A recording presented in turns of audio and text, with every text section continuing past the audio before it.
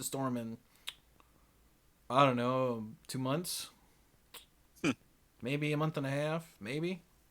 Mm-hmm. So that was cool. We played 7 games because I know that because I had a daily that was play 8 games, and when we finally said, all right, we're done, I had 7 of 8, and I went, huh?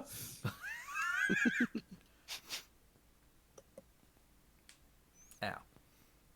So yeah, still fun. Good. So yeah, that's a good sign. And then a volcano erupted, and I woke up shaking. What do you make of it? I think that's a personal problem, and you need to Yeah. address it off the show. Ha chat. All right. That's just been a minute. That's probably probably good.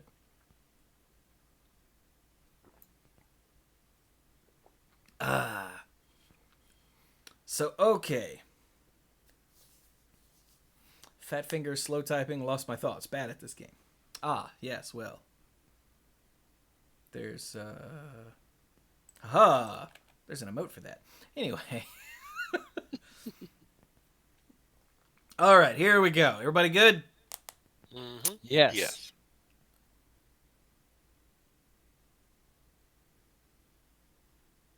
Ow, jam! Hello, everyone, and welcome to the Mana Pool. This is episode, I think, 589. I think I checked before we started, but then I had second thoughts. Mm-hmm. Yeah, the last one was 588. Okay, I did check before we started. I'm paying attention. We're not doing this on the fly. This is all pre-recorded. We recorded this before we started recording it. That's how professional we are. And when we pre-recorded this several days ago, I was Chewy. I still am. Ooh. I know. I have these other dorks with me here. Hi, dorks. Hey, today, I think I'm Brian. Yeah, I'm the lead rambler. Let's say tangent master, and yeah, that's what I got. That's who I am today. Check back about tomorrow later. Like, I don't know, tomorrow? Maybe. I'm Mike. I'm the rules guy and the game lore guy, and pretty much will never change from that. That's just that's That's my thing. that is kind of accurate. Mike is unmoving. And I'm Dirk, the self-proclaimed greenest man alive and moral compass of the group. I, like Mike, am not going to change. Green, blue, that's how I roll. Ask them. He's right. Okay. I was going to say ask who, but apparently it was Mike. Is Well, this like should I get like a ask me about my dark sticker? ask me about my greenest man alive. Because I might have to get that custom made. Do not get a bumper sticker that says "Ask me about my moral compass," because then you'll have people that you don't want to talk to you talking to you. Mm-hmm. Might as well put "prove me wrong" on there. Yeah, right. Yeah. Simic is best. Prove me wrong. So, hello everybody. Like I said, this is episode 589 of the Mana Pool, and yeah, because release or not really the previews happened so quickly, and with a Commander product at the same time. I'm still mad about how dumb that was. We still haven't finished looking at these damn hiccups. We still have not finished looking at the full Ikoria set. Now, we're not going to hit all the cards, obviously, but there's a lot of weird nonsense in here that I think we need to talk about, or at the very least, look at and be like, what? Mm-hmm. So let's do that. Sounds good. And apparently it's been out for a while on digital. I haven't played it myself, but people are playing with it. So that's cool. Yeah, because the pre-release was supposed to be this weekend, right? It, Last what is weekend? today? Last weekend. Last weekend. Yeah. The release was supposed to be this coming week. That's what it was. Yeah. So yeah, last week we talked about the triomes, the ultimatums, the companions, Triomes are insane. and jeez, and the rest of the mythics, and I think that's it. Okay. Unless we hit splatterings of this or that or something, but I think we pretty well stuck to cycles of things last time. Yeah. Cycles and like groups of things. Yep. Random K-Ho just threw 100 bits and said, throwing these bits just so none of you have to go out and put a stand out saying, change my mind. Thanks, Whatever you buddy. say, sir. So I think we alluded to this last time, but there's no way we're not starting with Sharknado, right? I mean, it's Sharknado. On a Yeah, what is card. its real name, though? Shark Typhoon. Right. Yeah, here we go. Because it's Sharknado, So, Dirk, have you seen this? It's Fine. blue. Sure. It's one of your two favorite colors. It's like your second favorite color. Shark. Wait, what? Shark. Typhoon. Shark Yeah. Typhoon. Yes. Yeah. Okay. Have you seen this? I have not. Well, Let's what's it see. do? For 5 and a blue, it's a rare enchantment. When you cast a non-creature spell, create an XX blue shark creature token with flying, where X is that spell's converted mana cost. Has cycling of X, 1 and a blue. When you cycle Shark Typhoon, create an XX blue shark creature token with flying. It's Sharknado on a card. And now I have not seen the tokens, but I love that we have a shark token with flying. It's not a fish, because don't we have subtype fish? But this is specifically shark. Yeah, Yeah, and that's a very recent change with Ikoria. Yeah, if you look at the card right above it, we have a pouncing shore shark, which is a shark beast. Yeah, but it doesn't have flying. Well, no, it's not as good. No. Well, yeah. But yeah, Shark Typhoon by itself is Hilarious. well, okay, well, getting past the hilarity, which yes, Yes. but But as it's, a card. it's really good, right? Yeah. Like Yeah, it thinking is. from like commandery side of Yeah, things. I mean, like, it's a 6 mana, don't do anything enchantment right away. But then if you untap, you're set. I think it's still good in the conventional sense because of that cycling ability. That's true. Yeah, Instant it's- speed, draw a card, and make a XX flyer. yeah, it's either an enchantment that sits there and does stuff, or it's uncounterable. Get a flyer, draw a card.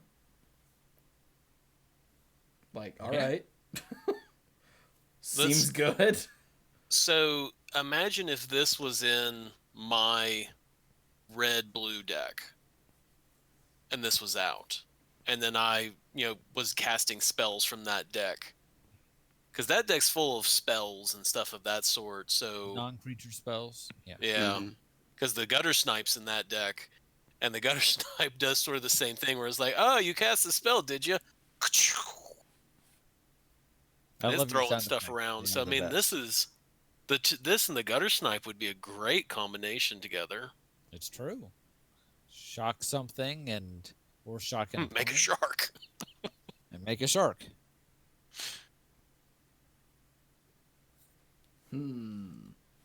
Yeah.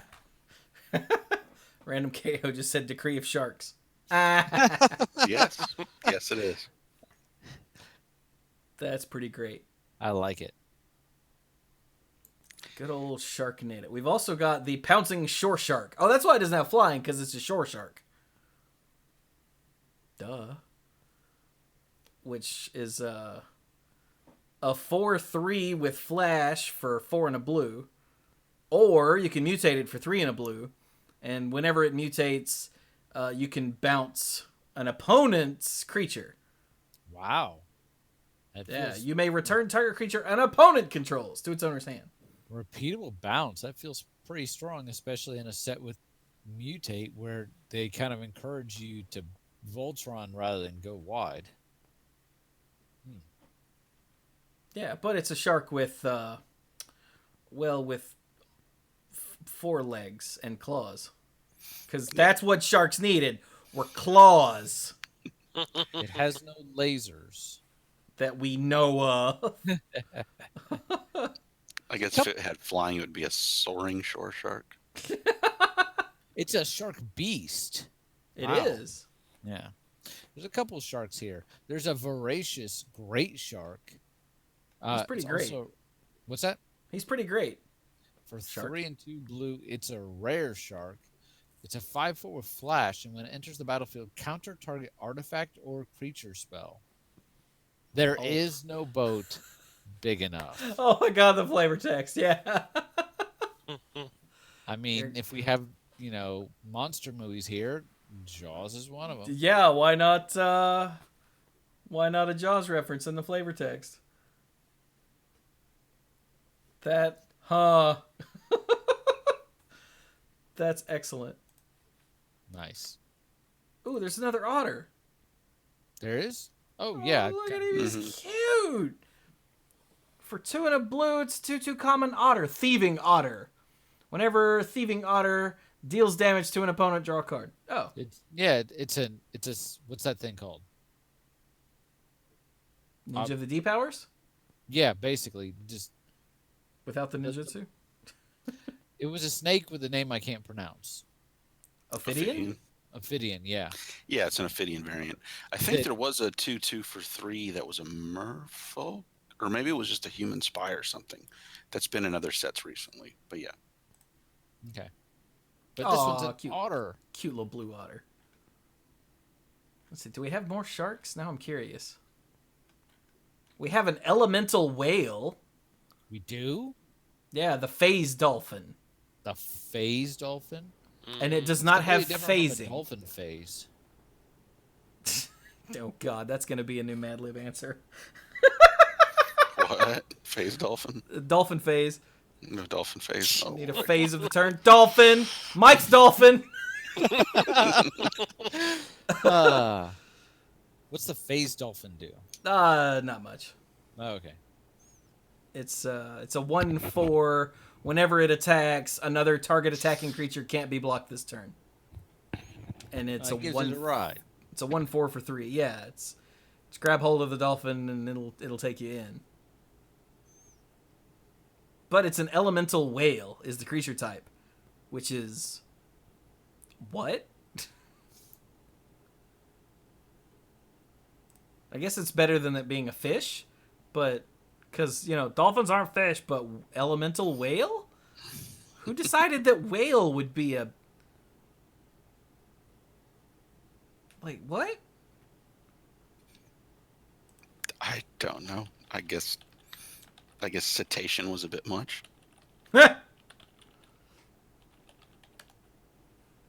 Maybe.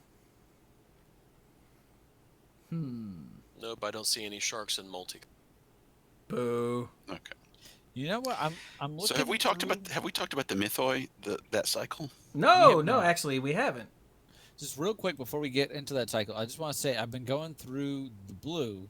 I have not studied every card in the set, but you know what I don't see is the obligatory when this creature mutates, mill X cards.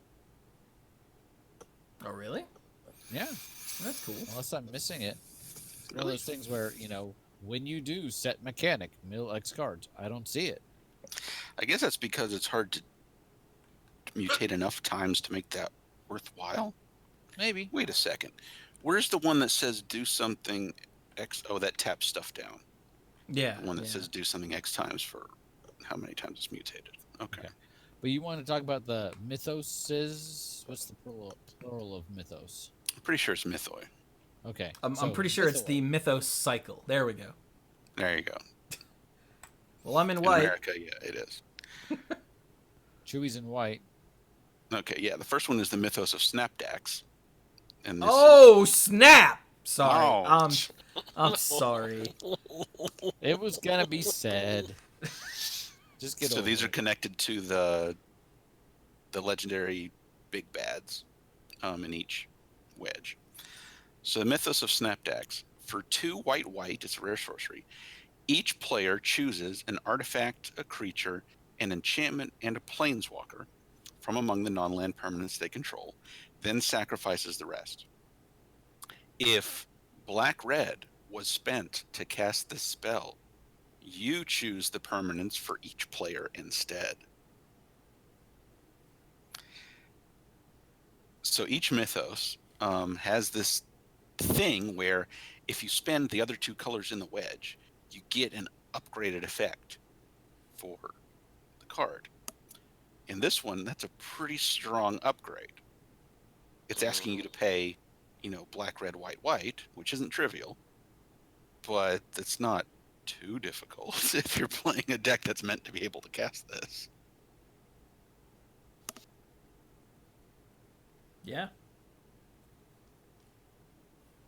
And instead of, me saying, okay, I choose Kalia, and Dirk says, okay, I choose, Killmouth Dragon. So Brian gets to decide, no, actually, Dirk chooses the Goblin, and Mike chooses the stupid tree. And we're like, oh. Wasn't that how we used to play Warcraft? Master Warcraft? Yeah, we didn't read it right. Yeah. Because that was didn't we? Yeah, that our problem was we didn't read it right, and so we kept doing it wrong. You're doing it wrong. Yeah, when it says if black red was spent to cast this, it means most of the time it means the 2 generic mana up here if you use black red for that. But it could also mean, like, I think if you use like Fist of the Suns to cast it. Yeah, that works too. Or some other bizarre alternate casting cost that I don't feel like thinking up. Mm-hmm. So, yeah, in this case, it would be black, red, white, in order for that to have the full effect. Yeah. It's a pretty neat card. Mm-hmm. Plus, I love the art. Had, what is it? If you had one of those things that says, you may spend mana as though it was mana of any color, you could spend, black, red, colorless, and get the bonus because you did actually spend black, red to cast it. Oh, yeah, there you go. Mm-hmm. But yeah, I love the art on the Mythos cards because they're like ancient cave drawings. Yeah. And that's brilliant. Yeah. Seb McKinnon was a really great find for the Magic Artist stable. Right. Does it seem like he just came out of nowhere like a year or 2 ago? And it feels they just, like that. I they know just it's keep been longer. giving him more and more and more to do because he's awesome. He does it so well. Yeah. All right, so what's the next Mythos? Ooh, I bet it's in blue, and I bet it starts with an M. Yeah. Illuna. Yes. Yeah. So that one is for 2 and 2 blue, rare sorcery. Create a creature, a token that's a copy of target permanent. If red-green was spent to cast this spell, instead create a token that's a copy of that permanent, except the token has, when this permanent enters the battlefield, if it's a creature, it fights up to 1 target creature you don't control.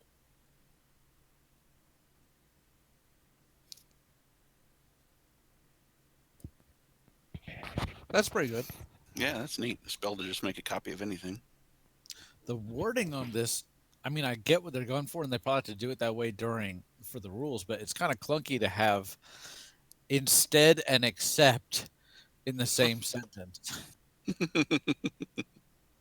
But this is one where I feel like there's more of a swing between, or possibly less of a swing between the two, especially if you're choosing something that's not a creature.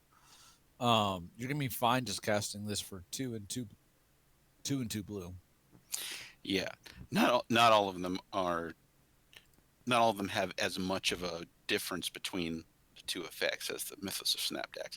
If I remember correctly, the black one also has one where the difference is it's significant, but it's not huge.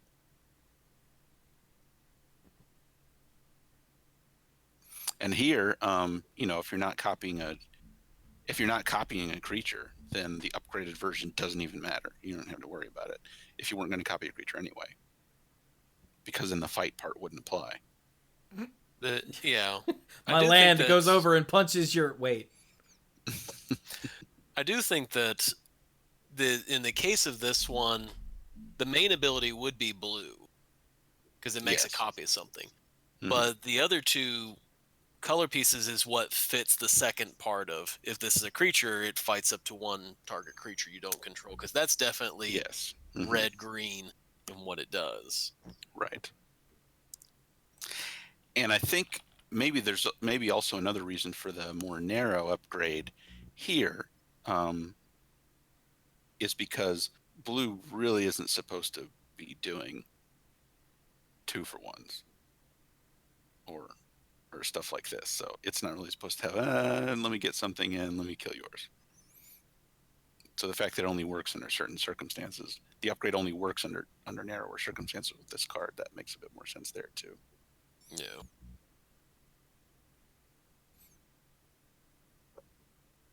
Okay. Just whatever you do, don't make a copy of your legendary. Unless you want it to fight something. No. Yeah. Sometimes you just gotta have a creature fight something.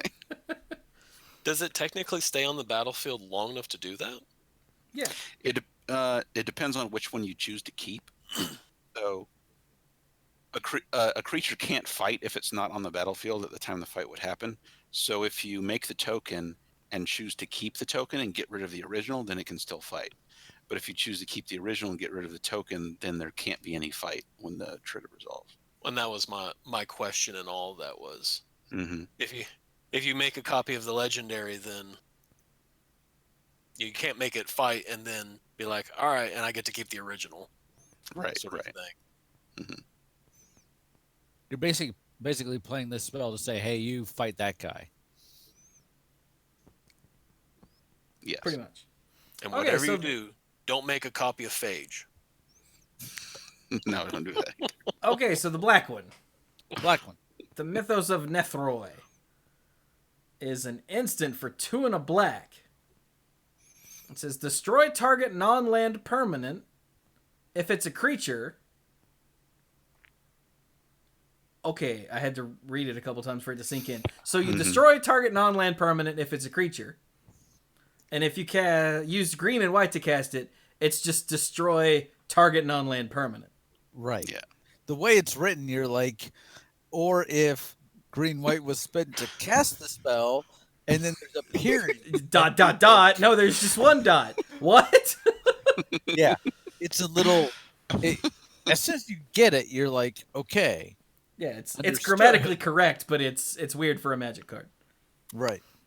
So, yeah, the way it works is if you just paid black for it, you just blow up a creature that's not a land. But if you used all 3 colors, you just blow up a non-land permanent. Okay. Yeah. There you go. It's not that hard to understand, but yeah. Yeah, just reading it, it's like, wait, what?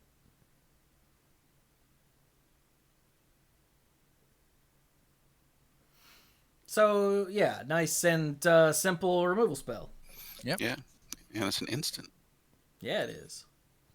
The red one is the wait a Mythos... minute. Wait. I love that there's a person inside of Nethroi. Oh, inside the belly. He eats people. Yeah. Mm-hmm. And then there's another one that's about to go in. That makes me happy. This cave artist was a masterpiece. Was a true genius. Yeah. Okay, the red one. The red one is the Mythos of Vadrok. Sorcery this time for 2 and 2 red. This is an interesting one. It deals 5 damage divided as you choose among any number of target creatures and or planeswalkers. So for 4 mana, 5 damage, sorcery, divisible. Okay, get it.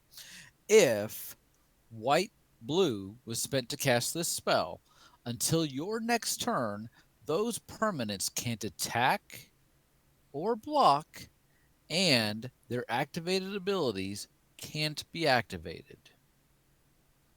In the case of planeswalkers, obviously, that's their loyalty abilities most of the time. So, I love how versatile it is. Sometimes it's just 5 damage, get the blockers out of the way, you're dead now.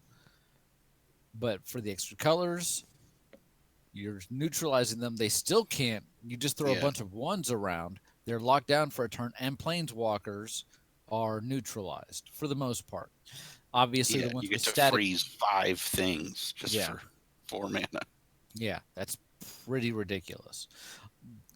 Just note with planeswalkers and creatures, static abilities or triggered abilities still happen. This is just anything that says either loyalty abilities or activated abilities, like something that says pay this, this happens. So,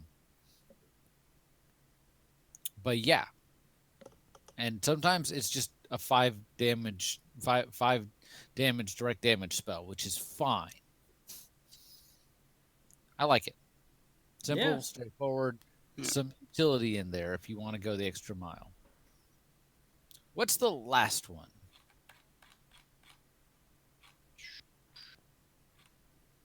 What's it start with? There it is. They'll start with Mythos. It's a Mythos of Brocus. So for 2 and 2 green, it's a rare sorcery.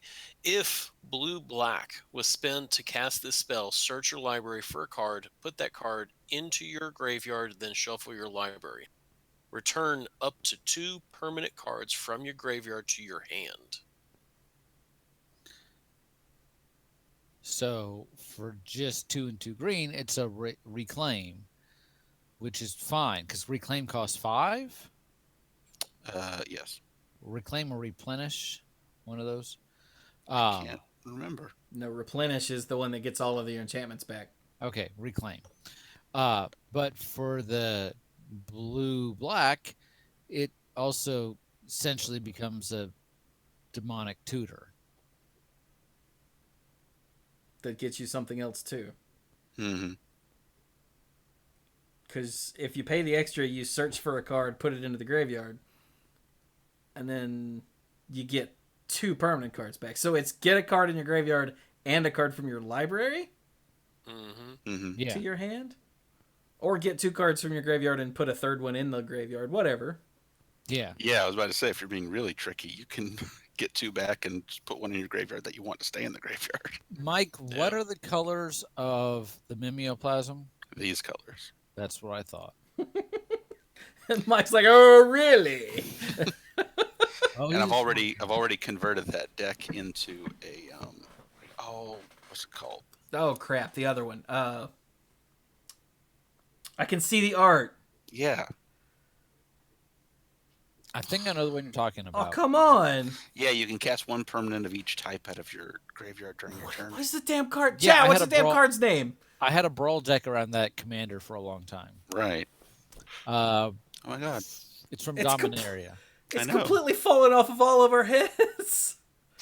It's been too long. Muldrotha. Thank you, Razorback. Yes. Thank you, Chad. God, I feel dumb. Why can I see the art and not the name? Because it's got a nice generic fantasy-sounding name. Okay. Like Brokos. Yeah. For the record, I'm never going to know any of the names of any of the creatures, the legendary creatures in this set, ever. Yeah. Because they're all just weird sounding. Yeah, and we're not going to get enough reinforcement to remember them. Yeah, since none of us really play Arena, it's not going to stick. Yeah. Someday, when we're all able, I really don't like. I'm less and less liking the phrase of things return to normal, because the fact is things will never exactly be how they were for a lot of people. But once we are able to get together physically, I'm sure we'll give it the old college try. But That will not be for some time. So, Hey, Chifuji's hosting. Thanks, buddy. hey, Nice. I like him. Personally, I'm all for just abolishing handshaking, just forever. But what about those times when I wanted to sneeze into my hand and then go find someone who hasn't seen me do it? Well, in that case, that's probably fine. Just be like, hey, this is an ancient custom that we used to do back when we got sick all the time. Shake, shake. Ah, idiot. Like, No, my favorite is still the comparison of how things are right now to um, Demolition Man Oh, in wow. the future. Whereas, since there's no totally, he doesn't know about the 3 seashells. I was going to say, if you start bringing up the seashells and Taco Bell, I'm And the done. reason and why, whenever they're like, saying hi to each other, they act like they're going to give a high five, and then they do like a little circle wave to each other. That way they're not physically touching each other. It's like, now Demolition Man makes way more sense. I get it. yeah. And then soon, we'll put on a weird headpiece and have sex with each other. And Taco Bell would be the one thing that survives. Wait, are you not already doing that, Chewy? No, I mean, that'll be the only way that people have sex. Yeah. I mean, Okay. yes, obviously. But I mean, there are other ways that still exist. Anyway, right. Okay, I'm up in white. Back on task. Stay did on you- target. Stay on target. Did you guys see the Draneth Magistrate? I feel like I did, Maybe. but doesn't ring a bell. So for 1 and a white, it's a rare human wizard. It's a 1/3. It says your opponents, whoa, I missed that, can't cast spells from anywhere other than their hands.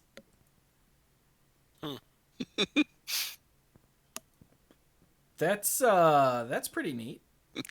Right, stop that. Yeah, I think I did see him. Okay. I mean, yeah. It's a That's- nice That was, little- that was shut down some Eldrazi decks. That'll shut down all kinds of decks. Dredge. I wonder if that's going to show up in any sort of sideboards or something. I think this is a Hate Bears card for Legacy or Modern. For all the above, yes. Since it says your opponent, not players, just your opponents, I can cast stuff from my graveyard. Ha! My opponents are dumb. Because they're not me. Yeah, nothing from the graveyard, nothing from exile, nothing from libraries, nothing from the command zone. Thankfully, this is easy to kill. Oh, wow, yeah, it can't. It's just, other than your hand means But- no command zone either. Oh! And but also nowadays, especially in modern, and I know that I'm not the biggest modern person, but correct me if I'm wrong. Humans is a tribe that actually has solid like tribal support now, right? Yeah. So Yes. it's not just it's a human, it's not an elf or a merfolk. So hey, human. I laughed. Oh, when and I no saw a sideboards either, so no companions, right? Ooh. I found a card in black and I laughed because a lot of it all kind of clicked. Have you guys seen The Hunted Nightmare? Yes, but I can't Oh, yeah. remember. Mhm. Yes. Yeah. I like this. Okay, Because what's it's it kind do? of a callback. So for Hunted Nightmare, for 1 and 2 black, for low 3 mana, it is a 4/5 nightmare with menace, and it's rare. When it enters the battlefield, target opponent puts a death touch counter, on a creature they control. So they obviously get to pick. So, but it's a 4/5 with menace.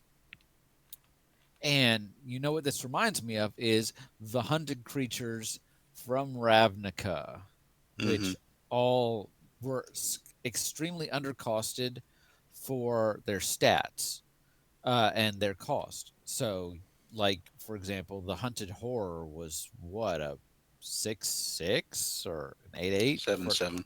7/7 for 2 black mana, but gave your opponent some pro black creatures. So 3/3 centaurs with protection from black.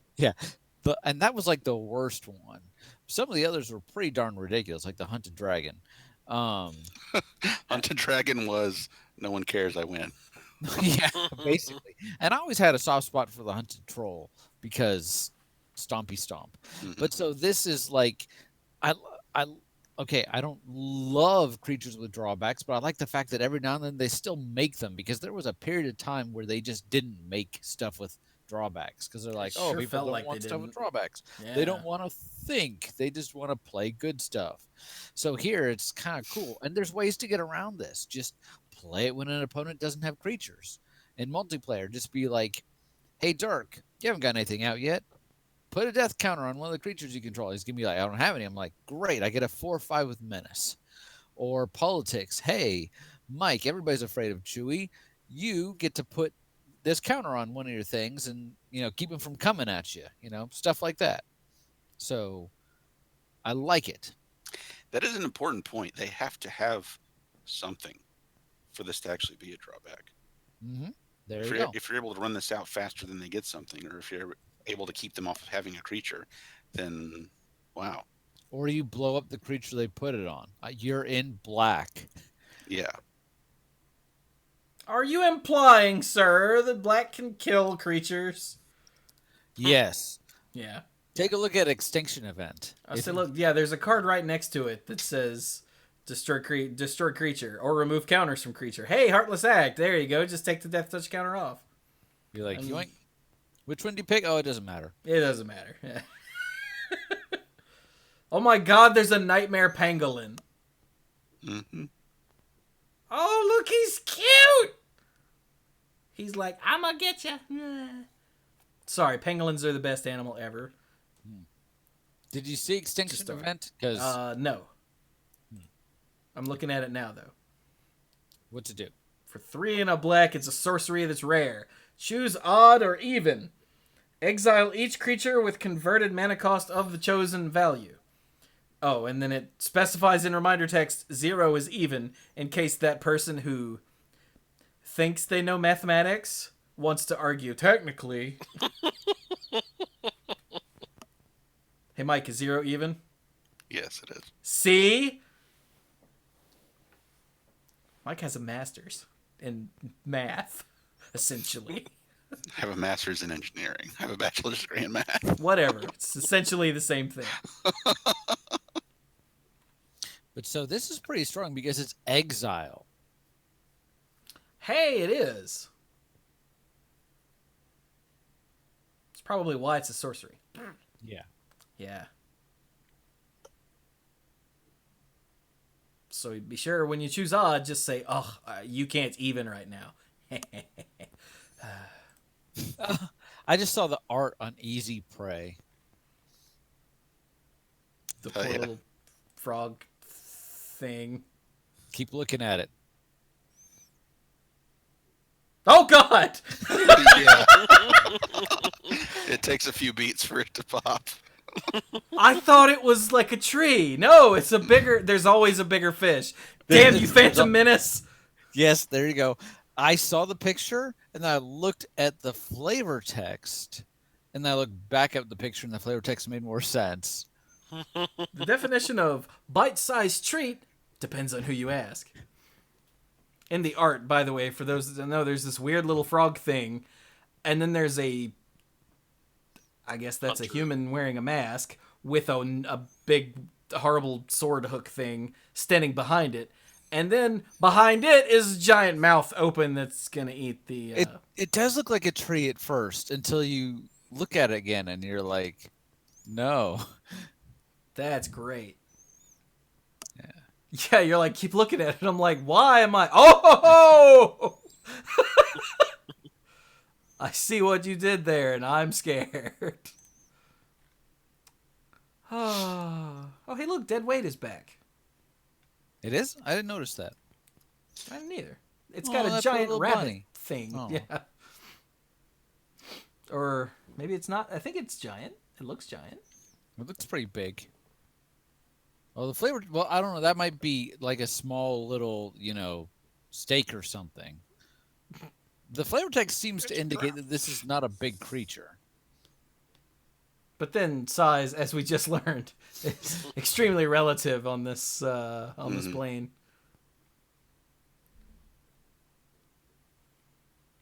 Oh man. The Dirge Bat is another good one. One of the rare ones that has a higher mutate cost. Mm-hmm. Did you read this, Mike? Yeah, so the Dirge Bat for 2 black. It's a 3/3 bat with flash and flying. The mutate cost is 4 black.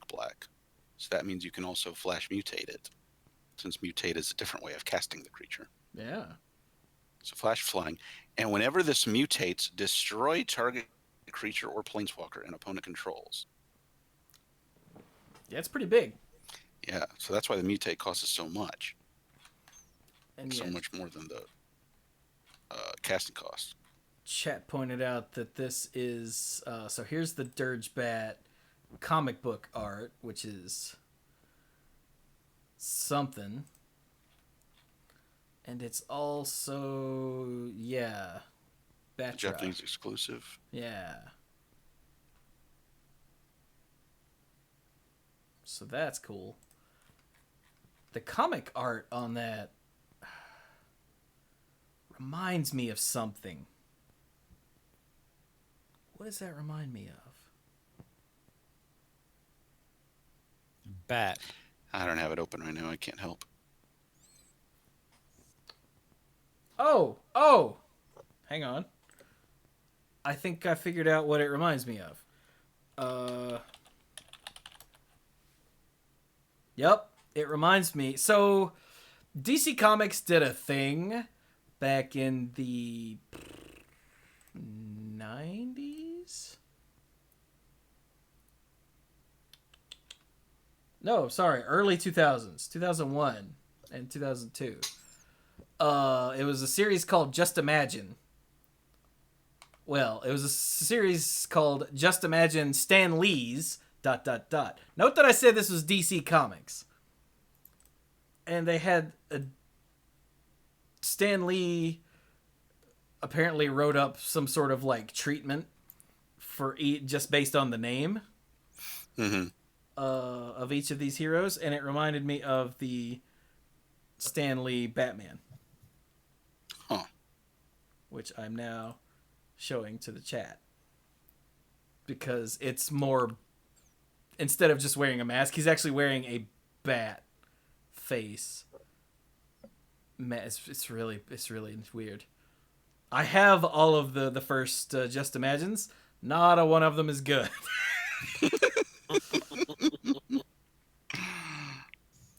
Anyway, just thought I'd share. Also, Wingnut, yeah, from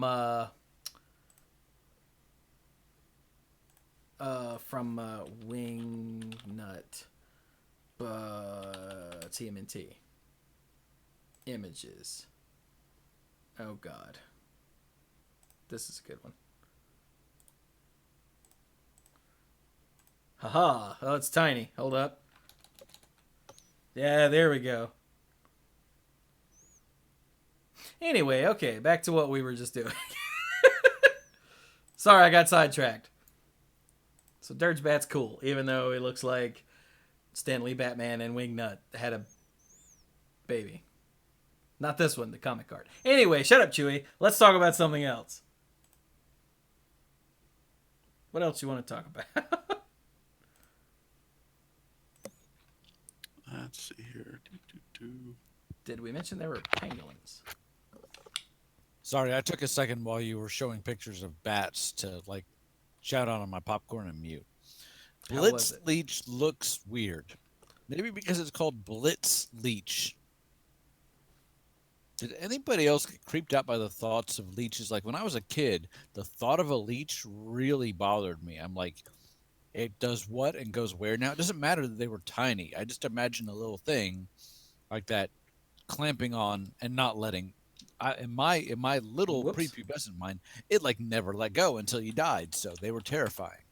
So I'm not a, leeches are kind of nightmare fuel. So the Blitz Leech for 5 and a black is a 5/2 leech with flash. And when it enters the battlefield, target creature an opponent controls gets -2/-2 until end of turn. Remove all counters from that creature. That's a really neat combat trick. It's common, so it's not going to be doing anything crazy in other formats, but for limited, that feels pretty darn good. Costs 6, but it eats a creature and probably sticks around. Yeah, it eats a creature and leaves you with a 5/2. Yeah, I'd pay 6 for that. And it's a leech. It's a Ugh. blitz leech. Buh. There was another black card that I thought the art was kind of interesting. Unexpected Fangs, which unexpected fangs. Wait, You're just I'm like sorry, what? unexpected fangs. Is that when you didn't know that you were bitten by a vampire? Like, Well, it's when I think something you just sort of jumps on. You're like, oh, it's a bunny, and then the bunny ends up like ripping somebody's head off. Yeah, then you that's yell, exactly what's Jesus happening here. Christ, in a thick British accent. Yeah. I mean, for 1 and a black, instant, common, put a +1/+1 counter and a lifelink counter on target creature, and the flavor text makes it very obvious that because of all this mutating that's going on, all of a sudden this giant dragon worm thing is being attacked by what looks like a hyena, maybe an antelope or something, except it's, tearing into the thing's throat. Dragon. Yeah. So unexpected fangs. Stark pointed out this card's name is when a cat is laying on its back and I go to rub its belly. Correct. Yeah. The name threw me off. I'm looking through cards. I'm like, unexpected fangs. I'm like, wait, what? That is the best name.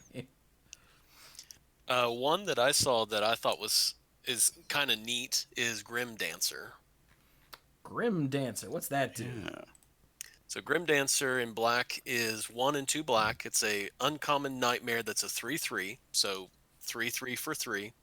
Grim Dancer enters the battlefield with your choice of 2 different counters on it from among Menace, Death Touch, and Lifelink. This guy. I remember seeing this guy. It's like build your own Vampire Nighthawk, kind of, sort of. Yeah. Yeah. It's weird that it specifies 2 different counters in case you're really stupid in one. I want to give it Death Touch and Death Touch. Just for, making I sure. want to it's- make it If you put extremely 2 menacing. lifelinks, if you put 2 lifelinks on there, wouldn't lifelink? No, No. No, not with the way the Wouldn't rules activate for it are twice? written. no. No, it's not a trigger. There was a period of time when it was a triggered ability, but it hasn't been Okay. Yeah.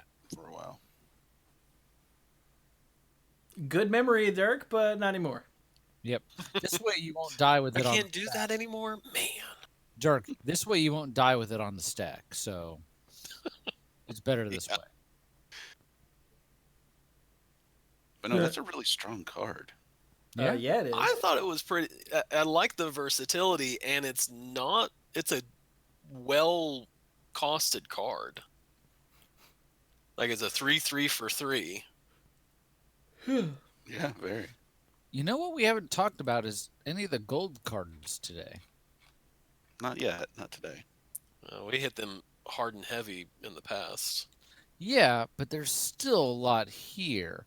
For example, I'm going to tell you about the Song of Creation. I don't know if this is a myth or this is how this world actually came to be. So, I guess whichever. For 1 and a teamer, a green, a blue, and a red.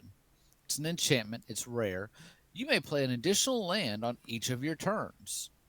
Whenever you cast a spell, draw 2 cards. At the beginning of your end step, discard your hand. I remember this card because Stark was complaining about it in the Discord server. It's like, What? all right, it's a 3-color enchantment. The green part, play an extra land. Awesome. The blue part, draw extra cards. Awesome. The red part, sucks. But Well, I mean, it is a red rare enchantment. And that was a a red- response that someone had. but the middle ability is utterly ridiculous.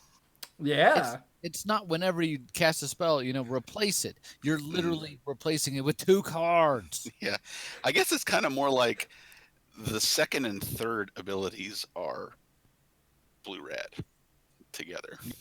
They are. But this is utterly ridiculous.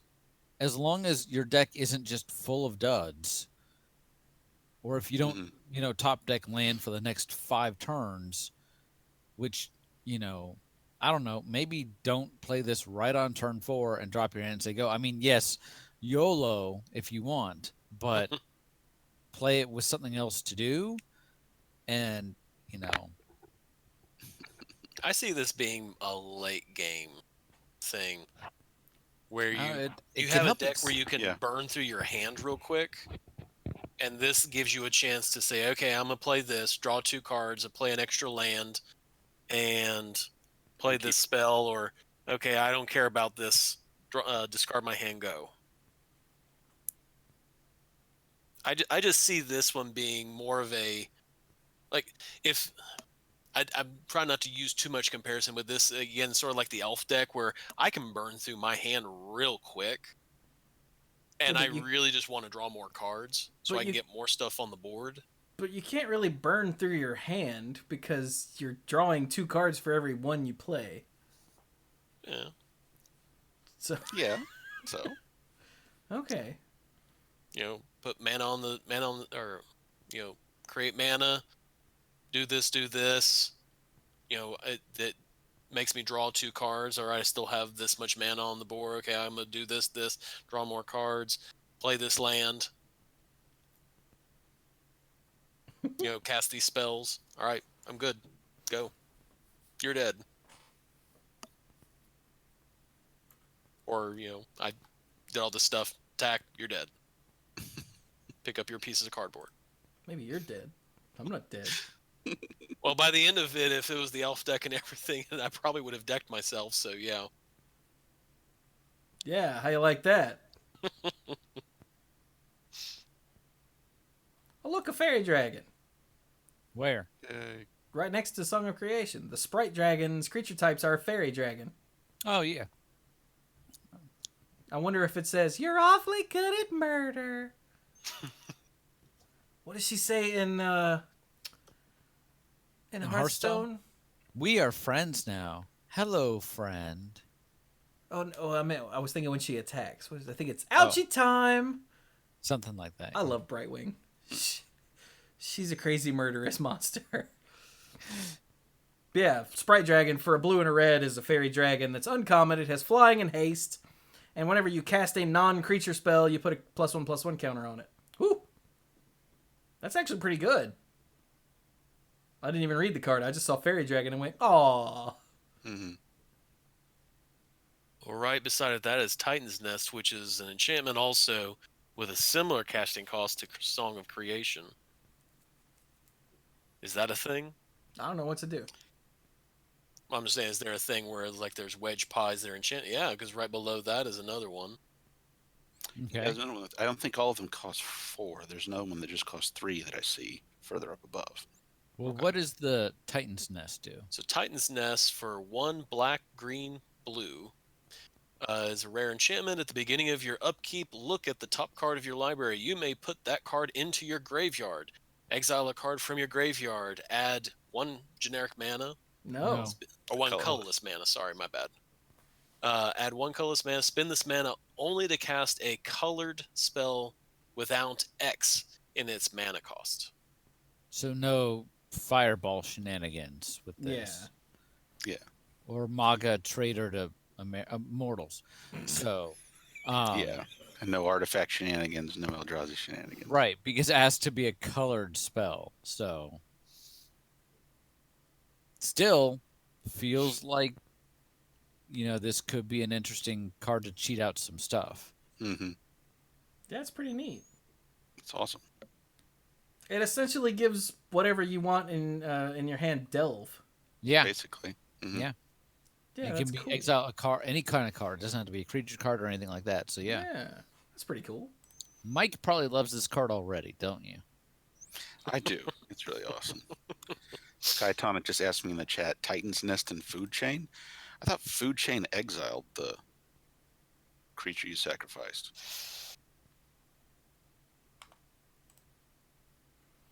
That I don't remember. Food chain, yeah, food chain exiles.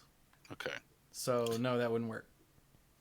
So Dirk mentioned below Titan's Nest, there's another wedge-colored enchantment. So this is Whirlwind of Thought. It's got my girl Narset on it. And for 1, a blue, a red, and a white, it's an enchantment, rare. Whenever you cast a non-creature spell, draw a card. You go even better with Song of Creation. Just draw all the cards Huh. and drop them all. But, hey, you probably weren't going to use them anyway. That's Are pretty there good. are there 2 other enchantments? There should be. There are Offspring's Revenge Yeah. is for 2 red, white, black. Rare enchantment. At the beginning of combat on your turn, exile target red, white, or black creature card from your graveyard.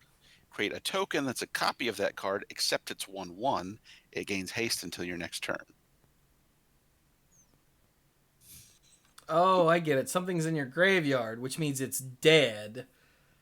And so you exile it, and then its baby shows up to try to kill people.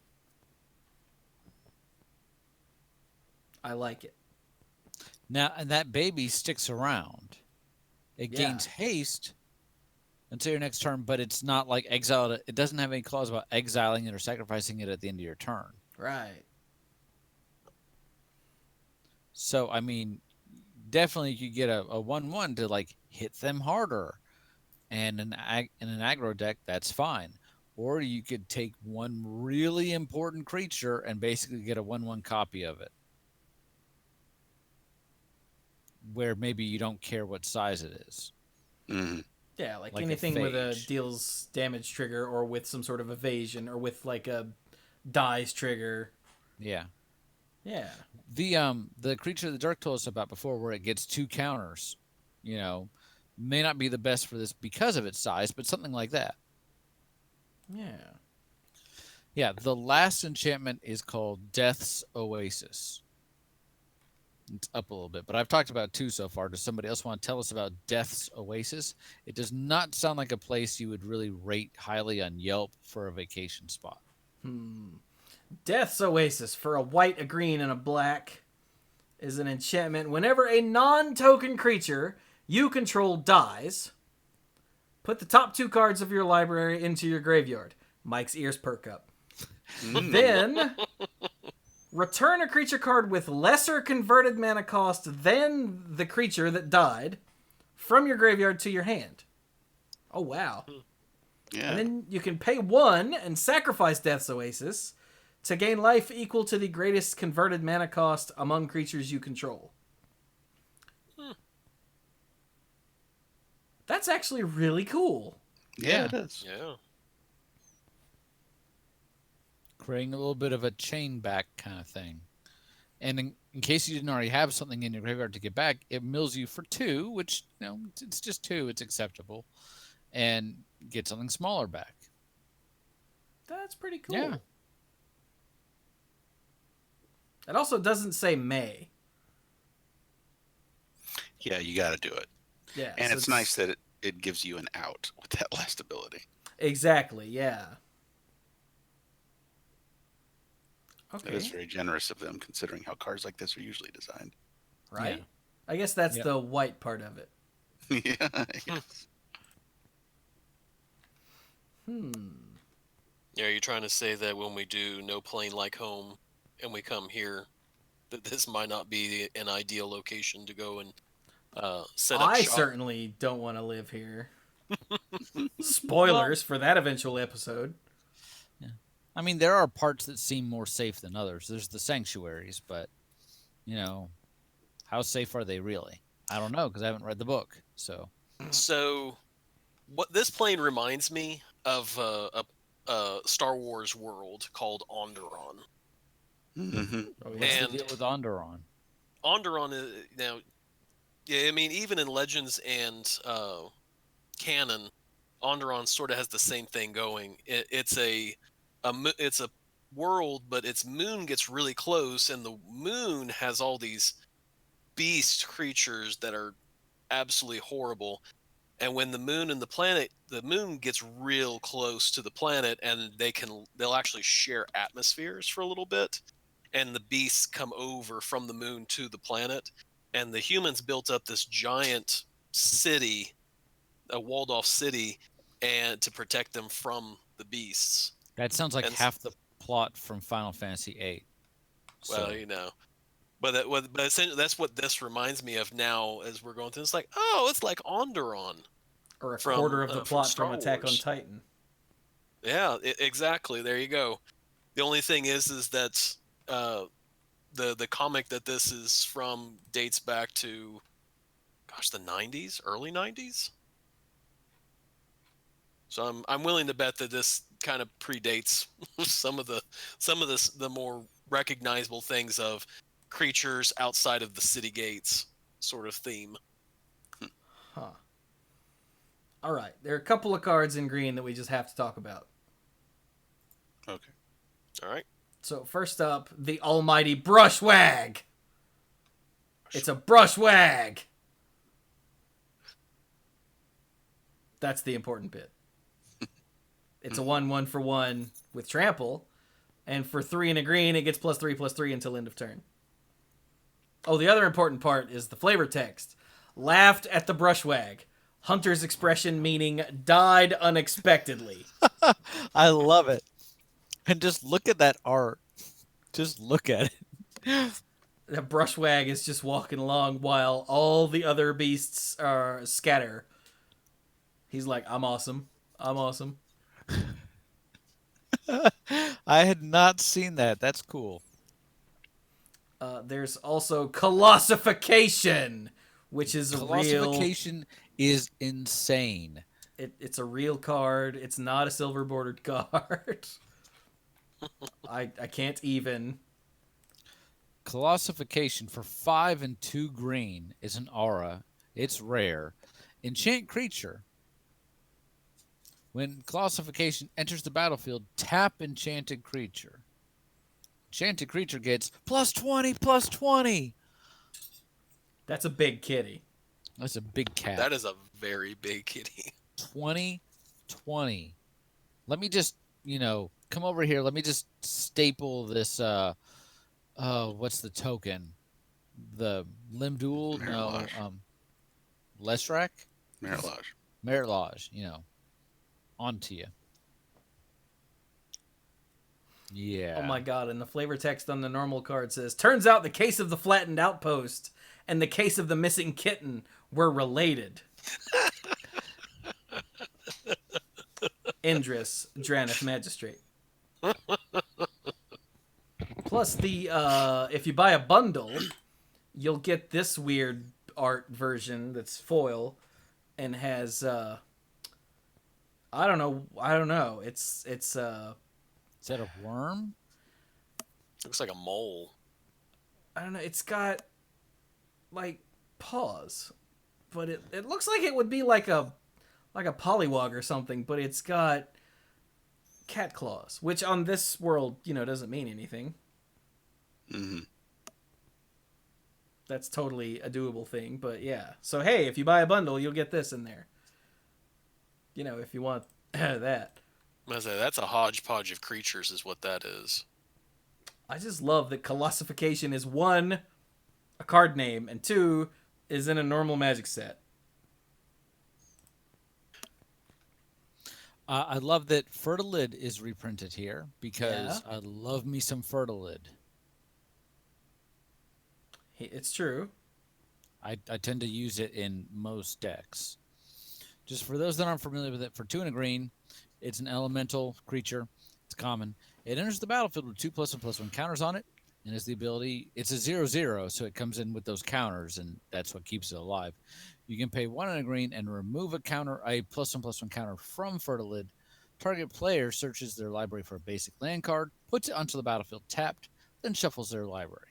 Lots of fun if you have any way to regrow counters. Mm-hmm. So I love it. It's just a neat little creature that's made its way into most of my green decks. So Pretty good. oh wow. Okay, there's a lot of weird things here. And again, I have not looked at the whole set. I'm scrolling up, I'm scrolling through red, and I stopped because there's a card named Porcuparrot. Somehow I knew that's what you were going to say. Porcuparrot's great. I don't even know what it does. It's a Porcuparrot. Somebody else read this thing because I just read a card. For three in a red, it's a bird beast. You damn right, it's a bird beast. It's uncommon. It's a 3/4. It has a mutate cost of 2 and a red. It says, tap, this creature deals X damage to any target where X is the number of times this creature has mutated. But it's a Porcuparrot. It's a bird, but it doesn't fly because its wings are quills. Doesn't It's got have quills that will be, shot out and gorge you. It's a porcupine that instead of just letting you get like sort of jumping on one sword sort of for damage, this thing apparently looks at you and just sort of flings these spikes at you. It looks like a parrot met up with this prickly marmoset that's right next to it, and they had a baby. And Don't ask us how that happened. terrifyingly. Look, when a mommy,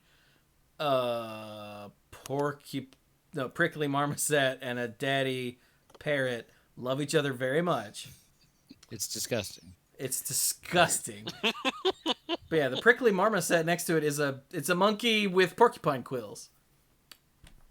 Which on this world is downright, tame. Yeah. It's also a 2/3 for 3 with first strike, and whenever you cycle a card, it gets +2/+0 until end of turn. I bet that's actually pretty good in limited. I feel like it would be because you can attack, as long as you have at least any mana up, you can attack with this, and you're just like daring them to throw Go anything ahead. valuable in front Go ahead, of block you. it. Block it. There's also a Pyroceratops right next to it. I was about to ask if we've talked about that one, because that feels powerful. Mm-hmm. What's it do? I can't stop looking at the art. So Pyroceratops for 3 and a red. It's a 2/3 elemental dinosaur that's common. It has trample. Whenever you cast a non-creature spell, put a +1/+1 counter on Pyroceratops. Yeah, not bad. I think it's a functional reprint of something that was in Battle for Zendikar or Oath of the Gatewatch. Because I remember having a card like this in a 2-headed giant deck that I played with someone. With trample? I think I know what you're talking I thought it had trample. For 4? Yeah. Speaking of Gatherer. trample, Okay, have you wait, guys hang on. seen the pseudo trample spells? Those are neat. Yeah, just finding a way to define excess damage in the rules so that they can Right. do stuff like that. Like, Yeah, that's really cool. like for example, flame spill. Flame spill for 2 and a red. It's an instant. It's uncommon. Deals 4 damage to target creature. Excess damage is dealt to that creature's controller instead. So that's essentially trample on a burn spell. And there's a green spell, I thought, where it's like a creature fights something and then excess damage is dealt to that Yes. creature's Hey, controller. Mike. Yes. I went to Gatherer and put in 2/3 for converted mana cost 4 in red and the words non-creature spell, and it returned Pyroceratops. Huh. What am I thinking of? So it must not have been a functional reprint. I'll look it up myself. But yeah, Flame Spill is a black-bordered version of that silver-bordered card that had trample. Yeah, Right. Super duper death ray. Yeah, there you go, if you say so. Super duper death ray. And then there's ram through in green. Ram through. Here it is. Oh, wow, that art says ram through to me. Mm-hmm. Yeah. Need a medic and some stonemasons. Did we read ram through while I was typing in the... No. Nope. Okay, for 1 and a green, it's a common instant. Target creature you control deals damage equal to its power to target creature you don't control. Okay. So it's a one-sided fight essentially. If the creature you control has trample, excess damage is dealt to that creature. Wow. Excess damage is dealt to that creature's controller instead, as if trample. Yeah. That. And then the last one is actually a creature, which you're like, okay, trample shows up on creatures all the time. But this is a little different. It's in multicolor. It's Quartz Wood Crasher with a Q. Dirk, do you want to tell us about Quartz Wood Crasher? Well, it happens to be for 2 red, and a green. It's a 6/6 dinosaur beast that's rare with trample. Whenever one or more creatures you control with trample deal combat damage to a player, create an XX green dinosaur beast creature token with trample, where X is the amount of damage those creatures dealt to that player. Okay, wait. Whenever one or more creatures you control with trample deal combat damage to a player, this has trample. Yeah. Create an XX green dinosaur beast, where X is the amount of damage those creatures dealt to that player. Oh, so every combat where there's trample, you get one dinosaur beast that is equal to essentially the amount of trample damage they took. With trample. Like the new creature token has trample. Right. Yeah. Oh, but it's not just with trample damage. It's just how much damage they took from things with trample, whether they trampled over something or not. Mm-hmm. Oh. Yeah, that could get out of hand. Yeah. The fact that it keeps getting bigger and then all the things you're making have trample spirals out of control quickly. And I don't even need to mention, mutating this. Obviously, this doesn't have mutate, but mutating something else onto this to give it flying or any number of other crazy, stupid abilities. Think about this with Death Touch. Does that just feel like overkill? I feel like that's overkill. That's the very definition of overkill. Okay. Okay, I found the card that I was thinking of. Uh-huh. It's actually from Shadows over Innistrad. I think the reason I thought it was from Battle for Zendikar was because I was playing in the two-headed giant deck. But it's Pyre Hound. For 3 and a red, it's a 2/3 elemental hound with trample, and whenever you cast an instant or sorcery spell, you put a +1/+1 counter on it. Ah, so similar, So but it's more limited. Yeah. Oh, okay. Yeah, so the the Pyroceratops doesn't care as long as it's not a creature, but Right. Pyrehound is very specifically instant or sorcery. Right. Got it. Other than that, yeah, same card. Neat. I think Pyroceratops is going to find a home in a lot of decks. Because I'm just thinking of like white-red decks, because they have the white decks have a lot of artifacts and enchantments that they do, and because of that, if you throw in red and all that, you can get a Pyroceratops that can get really big and get out of hand pretty fast. Did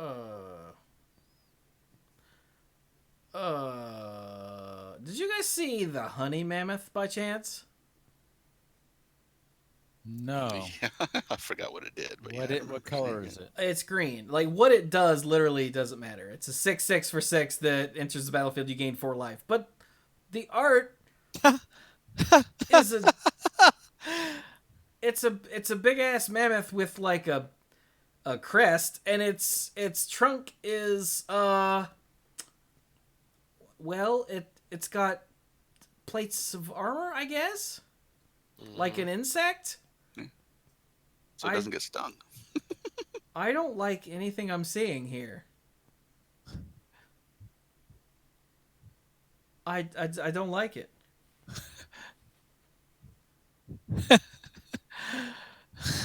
I can't stop. Okay, scroll. Okay, there was something I wanted to bring up earlier, and Brian wanted to go back to red. Oh, it's the exuberant wolf bear. Actually pulled the art up and Brian was like, "Oh my god!" And I said, "I know, right?" Or I didn't, but I was about to. And he goes, "I'm in red." I was like, "Oh." But exuberant wolf bear is a 4/4 wolf bear. No kidding. For 3 and a green, it's uncommon. And when it attacks, you may change the base power and toughness of target human you control to exuberant wolf bear's power and toughness until end of turn. Nifty. And It's a wolf bear. It is. And it's, as Stark said a while back in the chat, it's an absolute unit. Look at this. I think the kids say chonky boy. BOI.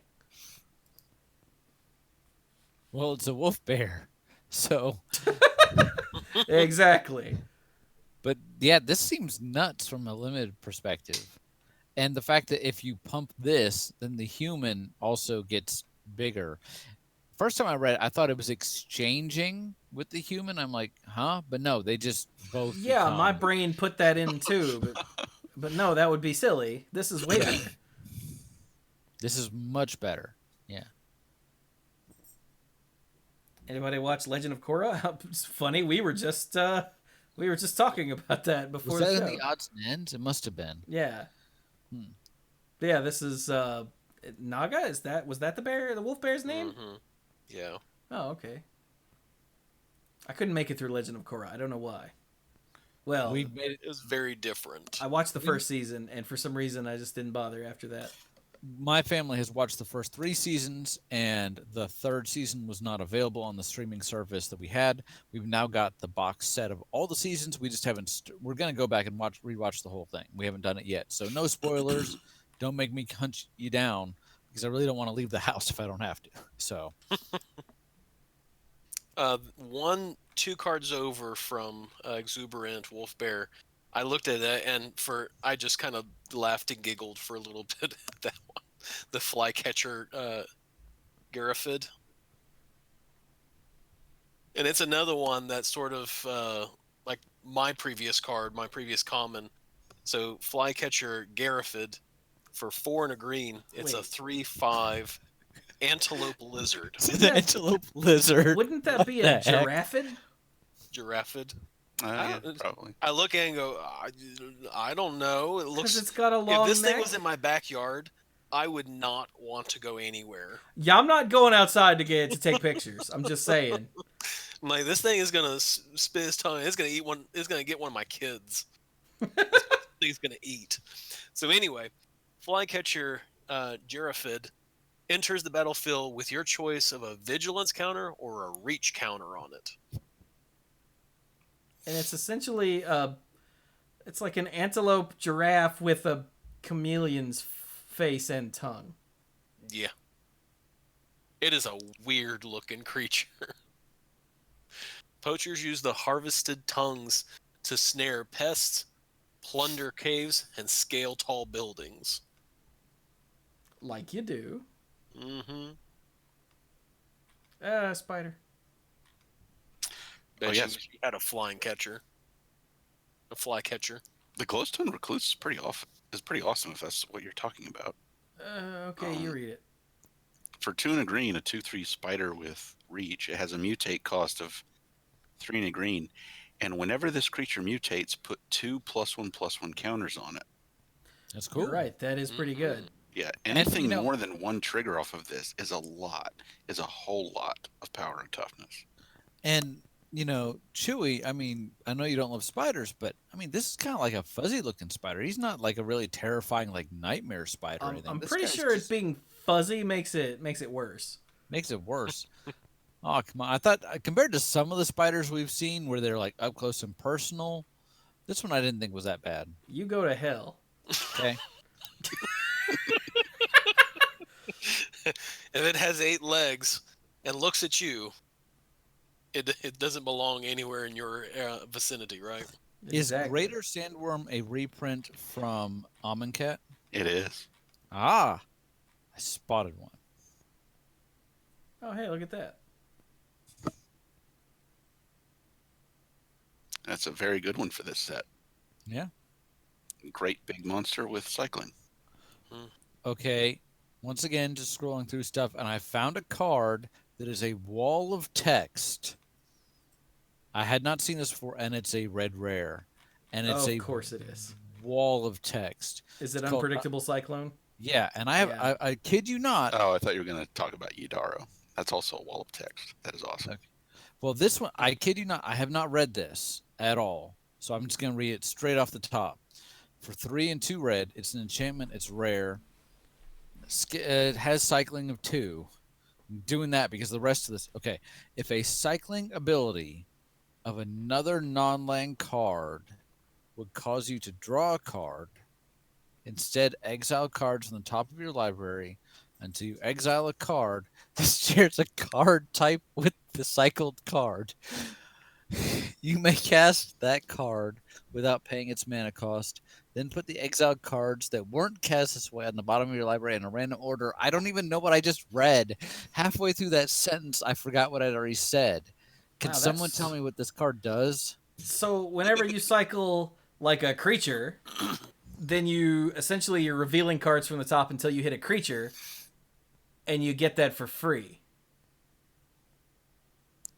Yeah, you Right? basically get to, when you cycle something, when you cycle an on-land card, you basically get to, polymorph into something else that shares a type with it. That seems utterly ridiculous. That Mhm. seems pretty awesome, yeah. So if I cycle a Croson Tusker like you do, I Yes. go ahead and Contrary to what you might think, you get to cast a creature, not a sorcery. yes, I understand. But I get that creature for free, Yeah. and then I still do the rest of the text on Croson Tusker. Yes. Yes, it just replaces the card draw part. Right. Okay, this seems nuts. That's if pretty your deck awesome. is set up correctly. What's the one you thought was a wall of text that you thought I was referring to? Yidaro, Wandering Monster. Oh, this guy I read before, and he's awesome. I love this. I want to build this deck I because know, same here. 5 red. For an 8/8 legendary dinosaur turtle with trample and haste. Ha ha ha! why It does a also turtle has- have haste? Because it's just that awesome. Okay. It has cycling of 1 and a red. Why would you want to cycle such an amazing card? Well, I'll tell you. When you cycle Yidaro, Wandering Monster, shuffle it into your library from your graveyard. If you've cycled a card named Yidaro, Wandering Monster 4 or more times this game, put it onto the battlefield from your graveyard instead. And you still get to draw the card from cycling. That's such a weird thing. It feels very Second Son-ish, where you're like, jump through some hoops for a cool effect, but a little less oppressive. And I'm not waiting until turn 6 or turn 7 for the first part of it. I just start cycling it right away. Yep. I saw there was an article that came out either yesterday or today, the M files, where they talked about the design that went into this, and it originally had cycling of 1. Yeah. it's And not they were enough. like, and they're trying to figure out, all right, what are the odds that you actually like cast this thing for free on turn 3 or 4? And they're like, well, we'll make it cost 2 to cycle just to be safe. So it was also originally a 10/10, Oof. Yeah. but nowhere did they address the fact that this is a turtle with haste. I'm sorry, suspension of disbelief, abandoned. Just It's been wandering for so long, it's just gotten really good at it. no. Okay. It's practice makes perfect type thing. I'm trying to guess. figure out like what sort of weird Christianized pagan holiday has Yadaro coming by the first 3 times but not stopping. I think it's more like you just see him off in the distance. I was like, oh, is he coming this way? Is he? Nope. Okay. Okay. Then you hear pa-pum, pa-pum. Oh god, you go look. No, he's go. Okay, we're good. We're good. Maybe by the 4th time you're like, oh, it's just Yudaro, and then bam. It's like, wow, that's really loud this time. It's Yadaro with unpredictable whatever the hell, Cyclone. As wild as I think it is. Yes. Yeah, because you might hit another Ghidorah. You might hit him. Yep, Wow. That's cool. that'd be pretty cool. Yeah. So let's say you've already cycled. You're cycling your 4th Yadaro. Okay, you managed to draw all 4. Let's say, so there are no more in your library. So what you do is you cycle Yadaro. Excuse me. Oh wait, no, because they go back into your library, right? Right. So you cycle Yadaro for the 4th time, and I'm trying to figure out. Okay, so He jumps onto the battlefield. it jumps onto the battlefield, and then And then when instead the of drawing cyclone- a card, Mhm. you root through your library until you hit another creature, Yes. which might be Yadara. So now you have 16 power. So now you with have haste. 2 legendary creatures, which is kind of a downer. But Oh, Yeah. he's legendary. He's Boo! legendary. But if you hit something that isn't Yadaro, that's bad. Yeah, that's better. Because then you get your 8/8 and your whatever the other face thing. I just realized there's a card called Weaponize the Monsters. What's it do? For a single red, it's an uncommon enchantment. Pay 2 and sacrifice a creature, Weaponize the Monsters deals 2 damage to any target. Huh. This doesn't say sacrifice a non-human creature. So No, humans are the real monsters, so it's fine. sacrifice the humans. They're trying. Mike, Look at the art on the Spell Eater Wolverine, by the way. What in the... Jeez, that's terrifying. Yeah. Somebody needs to put this thing on a diet of, like, not what it's eating. Not Because rage-inducing. Can we switch to decaf, please? the monster that scares me the most isn't the biggest. Yeah, that's the flavor text. For 2 and a red, it's a 3/2 Wolverine, because of course it is. It has double strike as long as there are 3 or more instant and or sorcery cards in your graveyard. He looks So like he 8. hasn't gotten his next, like, fix of crack. You He's asked got what red he's been eyes. eating. I don't know. Apparently he's been eating instants and sorceries, so... What the hell? Mike, Yes. did you see Ominous Seas? Huh. Because this reminded me of your Yes. old Ula's It's Temple. great. Yeah. Ominous Seas is an uncommon enchantment for 1 and a blue. Whenever you draw a card, put a foreshadow counter on Ominous Seas. Remove 8 foreshadow counters from Ominous Seas to create an 8/8 blue Kraken creature token. And Ominous Seas itself has cycling of 2. Also, notice it doesn't say remove 8 foreshadow counters and sacrifice Ominous Seas. Correct. It just keeps being ominous and making Krakens. Yep. I thought of this card when we were talking about the turtle, like getting closer and getting closer. I'm like, this feels familiar. Oh, yeah. And I was like, oh, yeah, Mike and Krakens and Ula's Temple and more Krakens. Mike and Mike. And I mean, all this wants you to do is draw cards. So, Yeah. Buh. all right, anything else? This is in the same color as Song of Creation as well. Eh. Yes, it is. Jeez. Good job, Dirk. That Ominous Seas may be showing up a lot sooner than you thought. That's pretty funny. Oh, that's hilarious. I love it. All you got to do is play Ominous Seas, Song of Creation, and a Howling Mine effect. Oh, God. Gosh. Stark said, I just love how Dirk does not do half measures. No, he does not. No. Dirk is full, like, just all the way. I would say full stop, but no stop is more like it. Just, Here's a way to do this. All right, we are going It's like, ride hey, or these two would die. go fun with each Yeah. other. Did you guys If you see? want to play big effects and you need to use those big effects to win against 4 or more, 3 or more other opponents, you got to turn the dial all the way to the right. You can't stop in the middle. He's not wrong. Did you guys see the avian oddity in blue? The is that a descriptor for something? The avian oddity is the name of the card. Mhm. Oh, no. What's it do? Well, for 3 and a blue, it's a 2/4 flying bird that's uncommon. It has cycling for 2 and a blue, and when you cycle it, you put a flying counter on target creature you control. But look at the art. The art's pretty. It's a bird's face with just wings. It's just a cluster of different Colored shapes and and types colors and and everything. sizes of wings.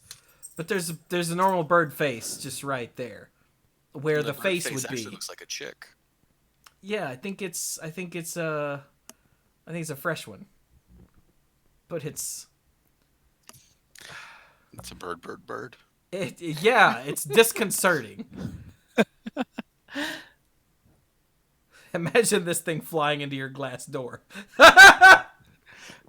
Pretty sure I'd make a lot of money selling it to somebody. I am not going outside to take picture.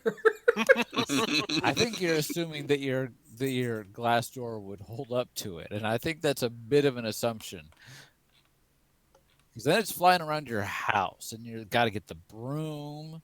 By broom, I mean spear. Because I was gonna say it's gonna take the broom. What is Got to turn off the ceiling fan so it doesn't hurt itself. More like so it doesn't break the ceiling fan. Oh god. Okay, let's get depressing for a minute. Did you guys see Heartless Act? Yes, Yeah. it's a story that? card. Yeah. So Heartless Act for 1 and a black is a uncommon instant. It says choose one. We talked about it already. Destroy target creature with no counters on it, or remove up to 3 counters from target creature. But it's a griffin-looking thing that's been chained down, and there's a person with a sword standing over it like it's about to lop its head off. And the flavor text is, "It's them or us." General Kudrow. I think General Kudrow might be kind of a dick.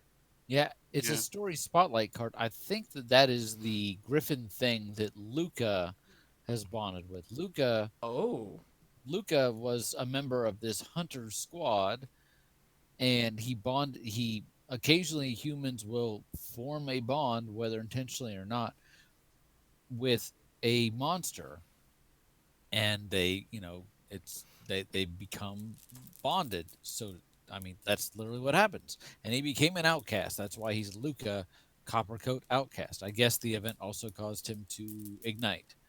You look at the red card, Tentative Connection. And regardless of what the card itself does, it's kind of a threaten effect. The flavor text is Luca was ordered to kill a threat. He chose to make a friend. So, Aw, friends. yeah, and the general wants to chop the friend's head off. Man, the general's a dick. Man is the true monster. Somebody tell Lisa that her uncle is a crotch. Lisa Kudrow? No, we did that Yeah, last week yeah. too. Yeah, you made that joke last week when we actually talked about General Kudrow. He's the legendary creature. So See, now I'm that's- looking for that's a cards bummer. with the planeswalkers in them, and Lead the Stampede has Vivian in it. Yep. Oh, she's I riding think on that's a something's back. reprint from Scar the Mirrodin block. I was gonna say that name sounds really familiar. So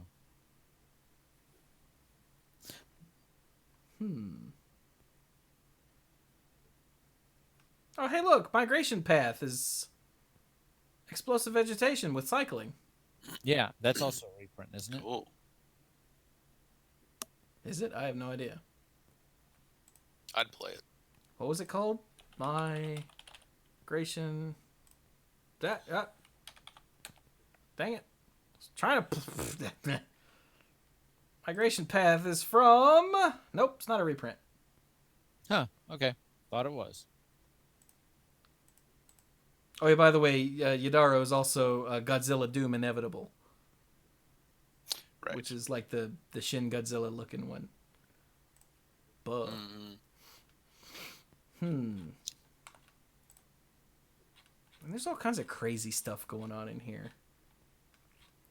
Hang on, scrolling down to artifacts. Oh my god, there's a trap. The What Spring color? Jaw trap. Which is just it's just a burn spell. For 1 mana, it's an artifact with flash, it's common. And then 4 tap and sacrifice it, it deals 3 damage to any target. So 5 mana with flash to deal 3 damage for any color. Like, that's pretty good for blue. Yeah. Who usually gets pay no mana, deal no damage. You know. Huh, okay.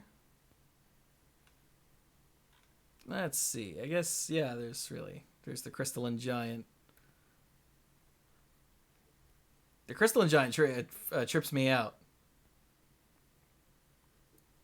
At the beginning of combat on your turn, choose a kind of counter at random that Crystalline Giant doesn't have from among all of the ones from this set, the ability counters, and +1/+1. So, Flying First Strike, Death Touch, Hexproof, Lifelink, Menace, Reach, Trample, Vigilance, and +1/+1. And this is the Mechagodzilla. I was gonna say, Japanese isn't that exclusive. Mechagodzilla? Mhm. Scroll. Show that off real quick. Not that I can freaking get there. There it is. No, that's the wrong one. Yeah, here it is. Look at him. He's so mecha. Godzilla. Shut up, Chewie. Did we talk about the Ozolith at any point? No, I don't think so. Oh, what's that do? So for 1 mana, it's a rare legendary artifact. Whenever a creature you control leaves the battlefield, if it had counters on it, put those counters on the Ozolith. At the beginning of combat on your turn, if the Ozolith has counters on it, you may move all counters from the Ozolith onto target creature. That's really Actually- cool. really amazing. I saw somewhere. Hold on well, keep going. I'm looking for something that reminds me of something. So the That is okay. Essence Symbiote is in green, and it's a creature, and it's a bear, and it doesn't really matter. But the flavor text on it I thought was really interesting, and I didn't know what it was referencing. But it says the Ozolith's appearance spawned a new era of wild mutation on Ikoria. Some creatures hunted different prey, lived in new habitats, and thrived on mutation itself. So, and I didn't know what it was referencing until you mentioned this artifact. So this thing shows up here, and the already monstrous wildlife goes way out of control. Where'd it come from? Oh my god, I bet it's the Mirari! Wait, no. No, it's from Nicol Bolas. Oh! Oh no, it's from Emrakul. Okay, chat has requested some cards. Back for More in multicolored. Did we do that? I don't think so. Don't think so. For 4, a black and a green, it's an instant uncommon. Return target creature card from your graveyard to the battlefield. When you do, it fights up to 1 target creature you don't control. Oh my god, it's the last jump scare in the horror movie. It's back for more. Gosh. 6 is a lot, but for an instant, I understand. Yeah. And the flavor text is, how can you be sure you pierced its heart? Do you even know where its heart is?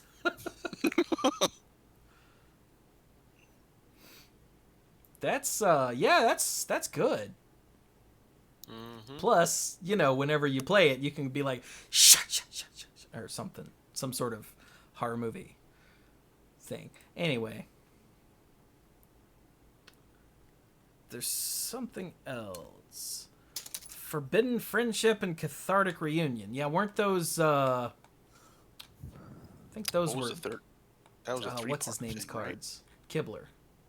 Reunion, wasn't that from Chandra and her mom meeting in Yes. Yeah, Cathartic Reunion. Is. So Calavish. Forbidden Friendship, for 1 and a red, makes a 1/1 red dinosaur with haste and a 1/1 white human soldier. And the flavor text is, the two looked at each other, and neither fled. I see, the soldier murmured. We're both just fighting for survival out here, aren't we? And then, Part 2 is Capture Sphere in blue. yeah, Capped Blue. There we go. It Capture has art, Sphere. but it doesn't have flavor text. And it's the same soldier and the same dinosaur, and he's caught in a Pokeball, and the soldier doesn't like that. He's like, "Hey, get out of the Pokeball! Okay, he's my friend." It's like if Ash and the stupid Pikachu that won't get in the Pokeball are just walking along, and someone throws a Pokeball and grabs him, and they're like, "Yes, got him!" Ash would be like, "Bitch!" It's like that. And then when he finally gets him back, he'd be like, "This is why you get in the damn ball, so this crap doesn't keep happening." Anyway. And then, yeah, Cathartic Reunion is back down in red, because of course it is. And it's the man and the dinosaur hugging, and the flavor text is, the soldier had given up his wealth, his title, even his home. But he had no room for regret. At last, he had saved his friend. Oh, he got him out of the bubble. Yay. Paid off that Pokemon trainer with my wealth and my title and my house. But I got this animal out of the I don't know if this is really, Says they're just friends, Chewy. It says they're just friends. Yeah. It's like Uncle Steve and his friend when I was a kid. Yeah. I don't think I have an Uncle Steve, but you guys got the joke.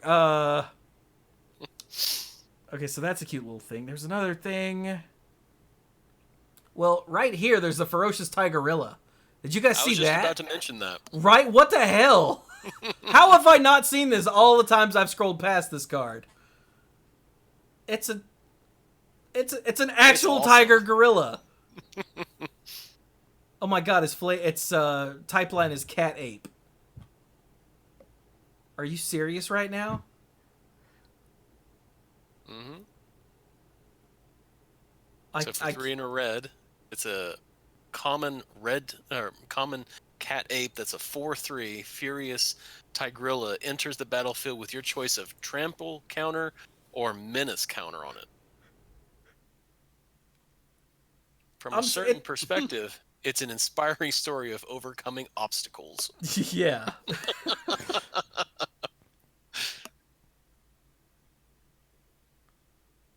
I don't know who I'm more afraid of. Right? The furious Tigorilla or The giraffe. King, whatever his name is. What's the gorilla, the green gorilla? Kogla? Yeah, that guy. Where is he? What color is he? Kogla, the Titan ape. Yeah, Kogla. He's 5. He's a 7/6. I think actually I don't know. I mean, I think I'm pretty afraid of sure. Kogla more, but that cat ape is definitely a very close second. Yeah, like Kogla the Titan Ape is a thing you would see on television and be like, Jesus, I'm glad I don't live there. But a furious Tigorilla is a thing that you could like go to the zoo and see, and then live the rest of your life afraid that it'll get out. I say, I don't know about you. If I saw it outside my door, I'd lock up. I'd find a closet and I'd hang out there until And I'd call the National until Guard. food ran out or I starved. And I'm not going out to take pictures. But I say that right there would very much push social distancing. having that outside my door.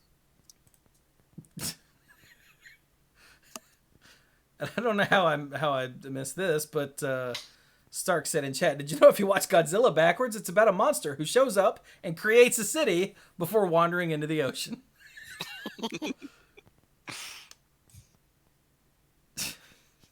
Shut up, Stark.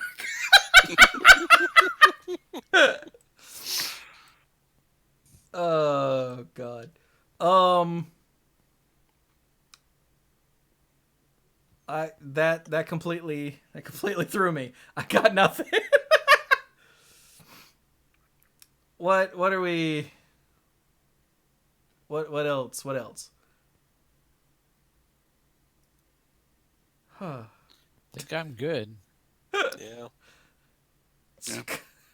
I'm sorry. Godzilla creating a city is just completely. I'm out. I'm good. I'm done now. Well, I happened to stop on a Necropanther. For one, a white and a black, it's a 3/3 cat nightmare, because of course it is. It's uncommon. It has mutate of 2 and 2 white-black hybrid. And whenever this creature mutates, return target creature card with converted mana cost 3 or less from your graveyard to the battlefield.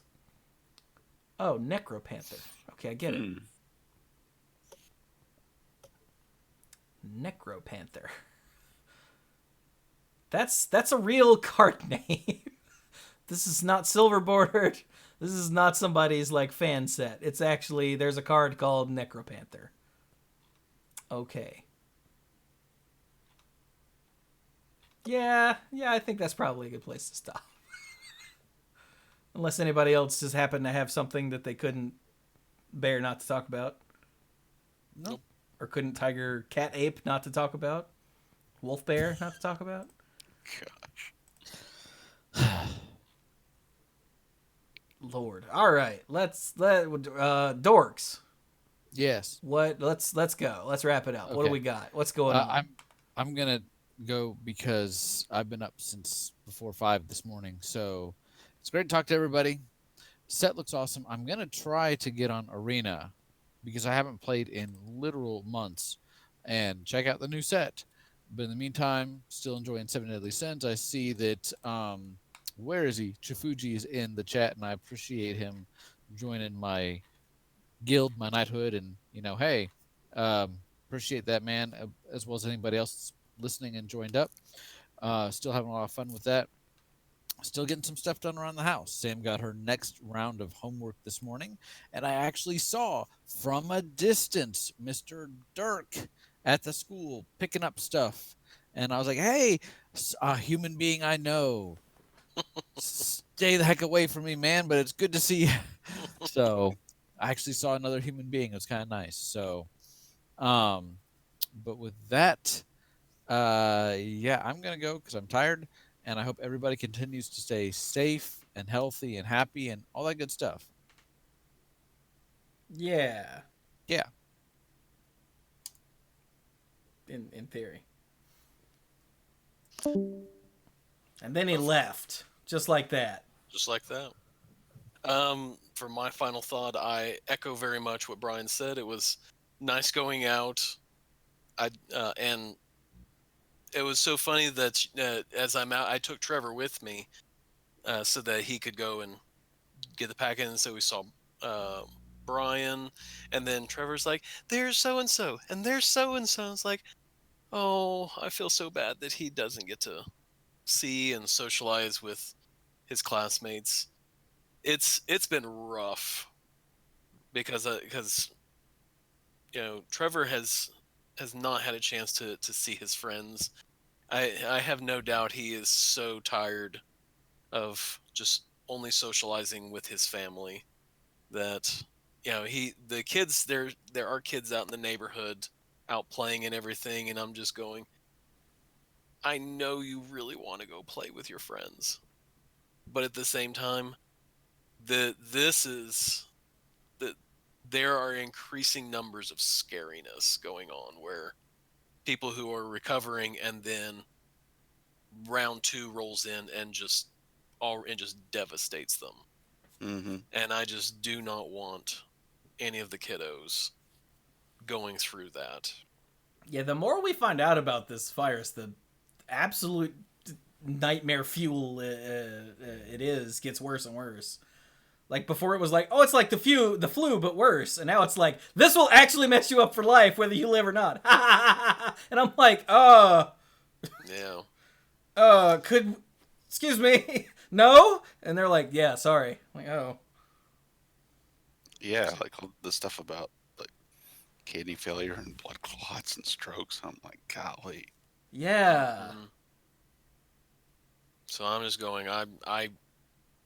I just don't want to go out and do any of this stuff with it because I mean I don't want to get it. I don't want my kids to get it. I don't want my wife to get it. I don't want any of my friends to get this and family. And I'm just like I am willing to just stay locked in my house in order to ensure that just at least the people I can control what's going on don't get this.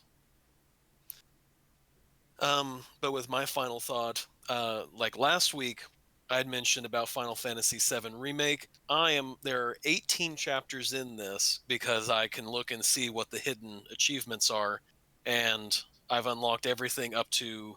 I'm in chapter 17 right now, and the I'm now beginning to have a better understanding of the combat system.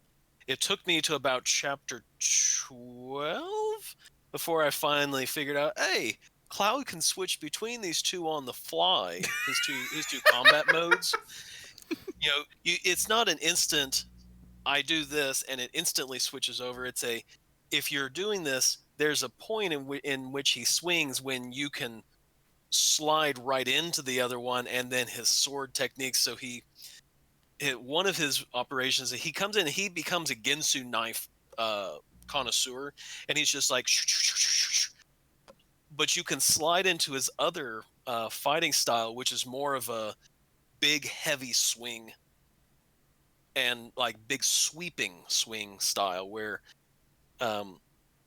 one operation is again he Ginsu's one target like it's like going out of style, and the other one is big, heavy. I'm going to swing and I'm knocking 5 guys out with this swing kind of style. And I finally got into the point where I can trigger the switch at just the right time. So he's Ginsuing somebody, and then he just slides in and he just swirls his sword around, and he's clocking 5 guys around the main target, and then just drops the hammer on the guy he was fighting.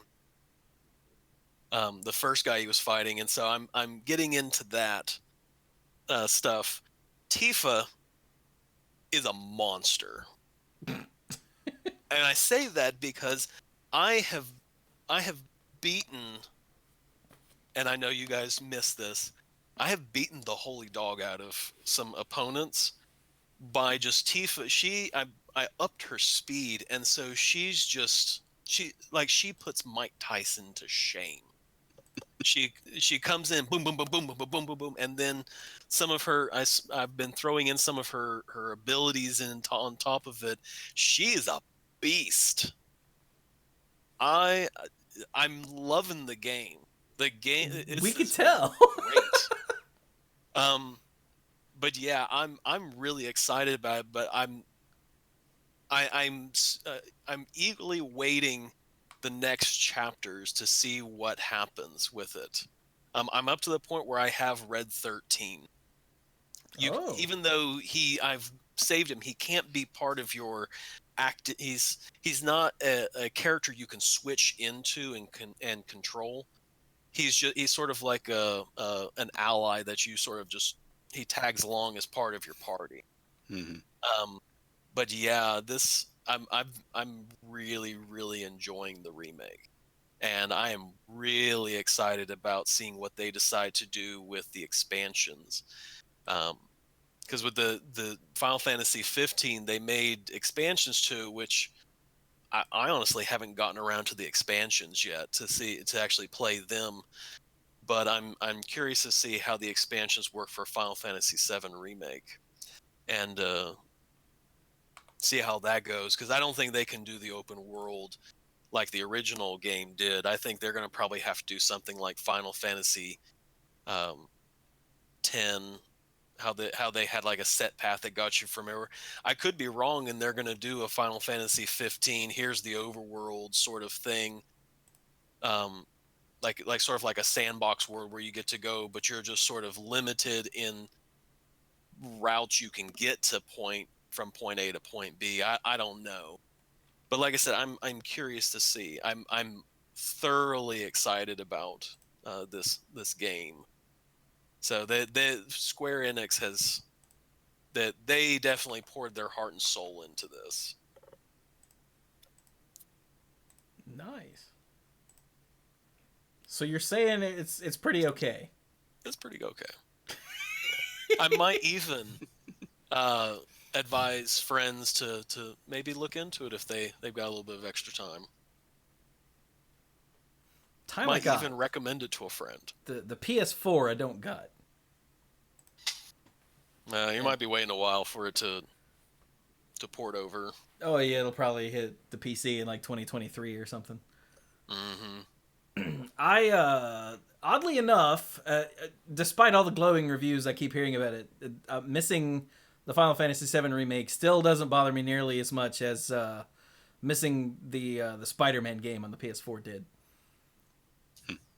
Like, the more I heard about that, the more I'm like, oh, I wish I had a PS4, which is the only time I've ever done that. With this one, it's like, oh, that'd be nice. Oh, well. Spider-Man, though. That one hurt. Come on, Sony.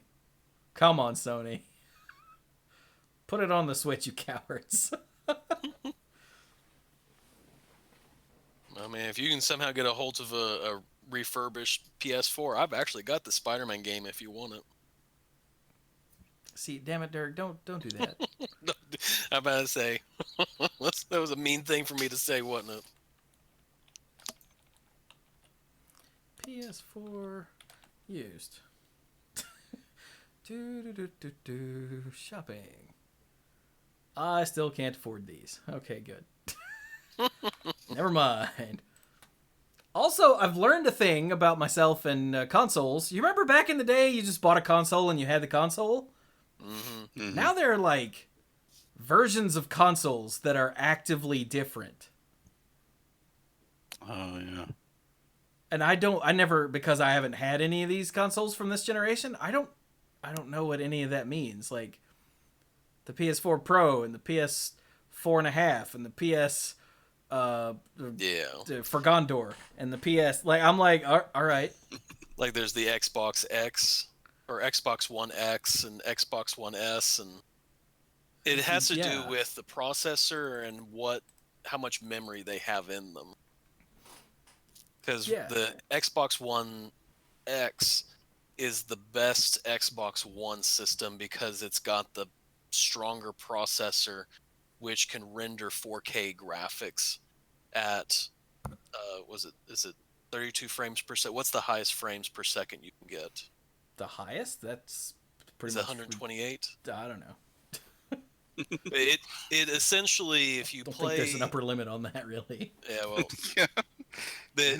it renders 40K or 4K graphics at the highest frames per second, which humans can actually comprehend. Oh, okay.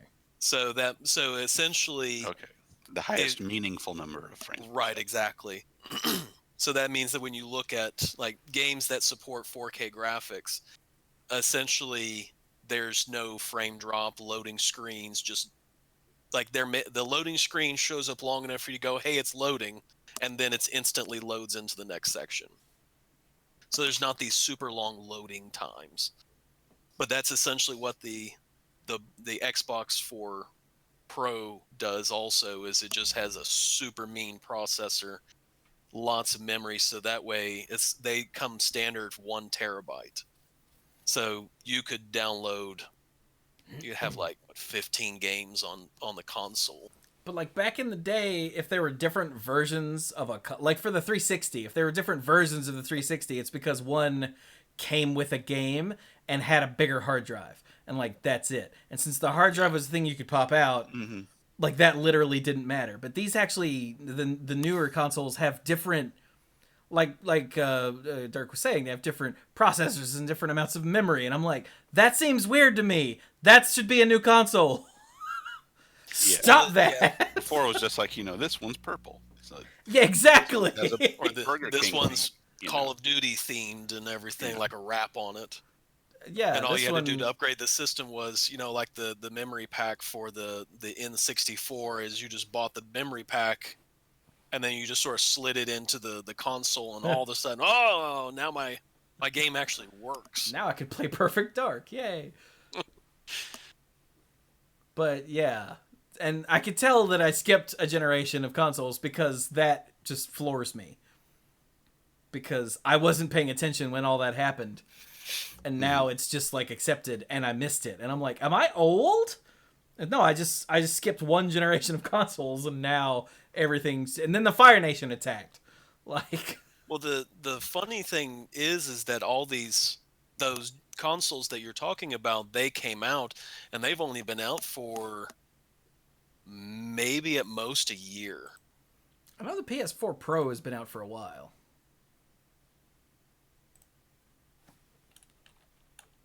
And I couldn't understand people like, well, on the PS4 Pro, it actually plays worse than it does on the PS4. And I'm like, well, that doesn't make sense in any direction. Well, it turns out, oh, did we lose Mike? I'm here. But yeah, it's funny to me that was weird. we're on the verge of the next consoles coming out, and all this stuff went up. Although I've heard that the reason why that these new consoles came out is they were sort of like the test beds for the next generation of consoles to see, how do games play with this? What's the marketability and all that for the next gen? Oh, excuse me. The next gen Xbox or next gen Xbox is Holy crap, Dirk. it's weird looking. The PS4 Pro came out in 2016. They haven't updated it. That must be the reason why the Xbox One X was such a big deal. I guess. Because Anyway. it's really powerful. This is some odds and ends conversation we're just having on the show here.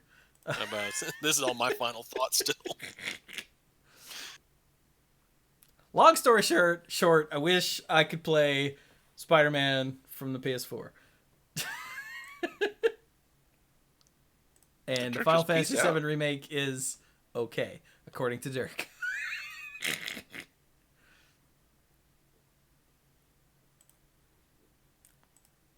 Is Okay, he Dirk gone? likes it more than that. Do what?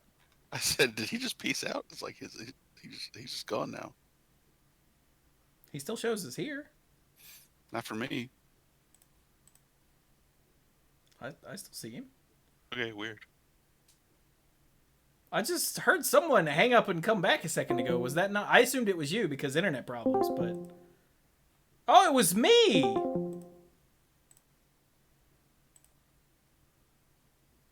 Hello? Hello, hello? Hello? Uh-oh. Hell yeah, live podcast. Chat, can you guys still hear me? Oh, okay. I saw Stark said uh-oh. Oh, Discord just crapped itself. Oh, let me close Discord. Quit Discord. Oh, it crapped for you too. Okay. It's a good thing about having chat handy. Reopen Discord.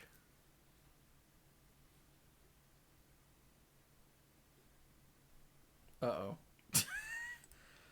All right. Well, it looks like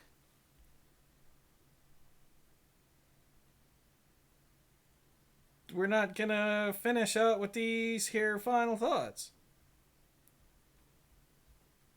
I can't even get it to load on my phone anymore. Although Mike did respond to my hello and I saw it pop up on my phone. But now I can't connect. Okay, well, before the internet dies or something, hey, Manipool Productions is brought to you by Patreon supporters. This has completely thrown my whole spiel here. If you go to patreon.com/themanipool, you can sign up to become a lifeguard and get early access to YouTube videos and podcast episodes.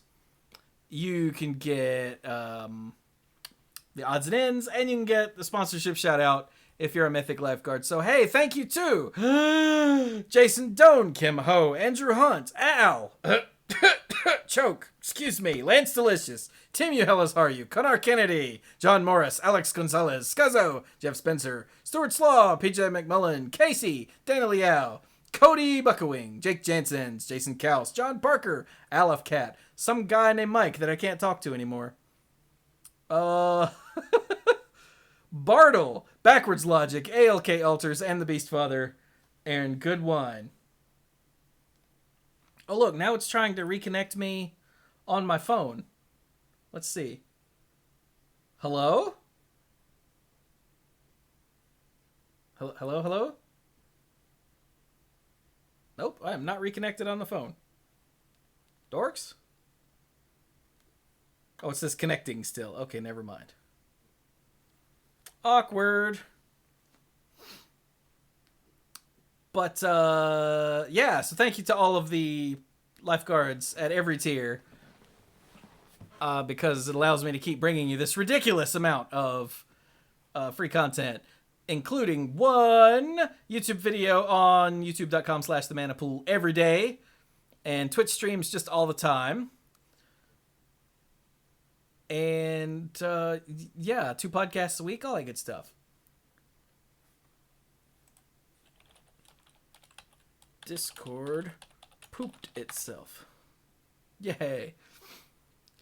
So I guess Mike's final thought is something beard, something work, something beard.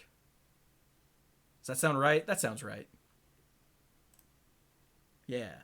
So, apologies for the sudden weirdness, but when we talk to each other via Discord and Discord dies, I guess we're done. So, with that, we will be done. Thank you all so very much for joining us. And go play some Magic and let us know about the weird stuff in the set that we didn't catch while we were scrolling around. Because there's so much weird stuff in Ikoria. It's bizarre. I love it. And go play some Magic.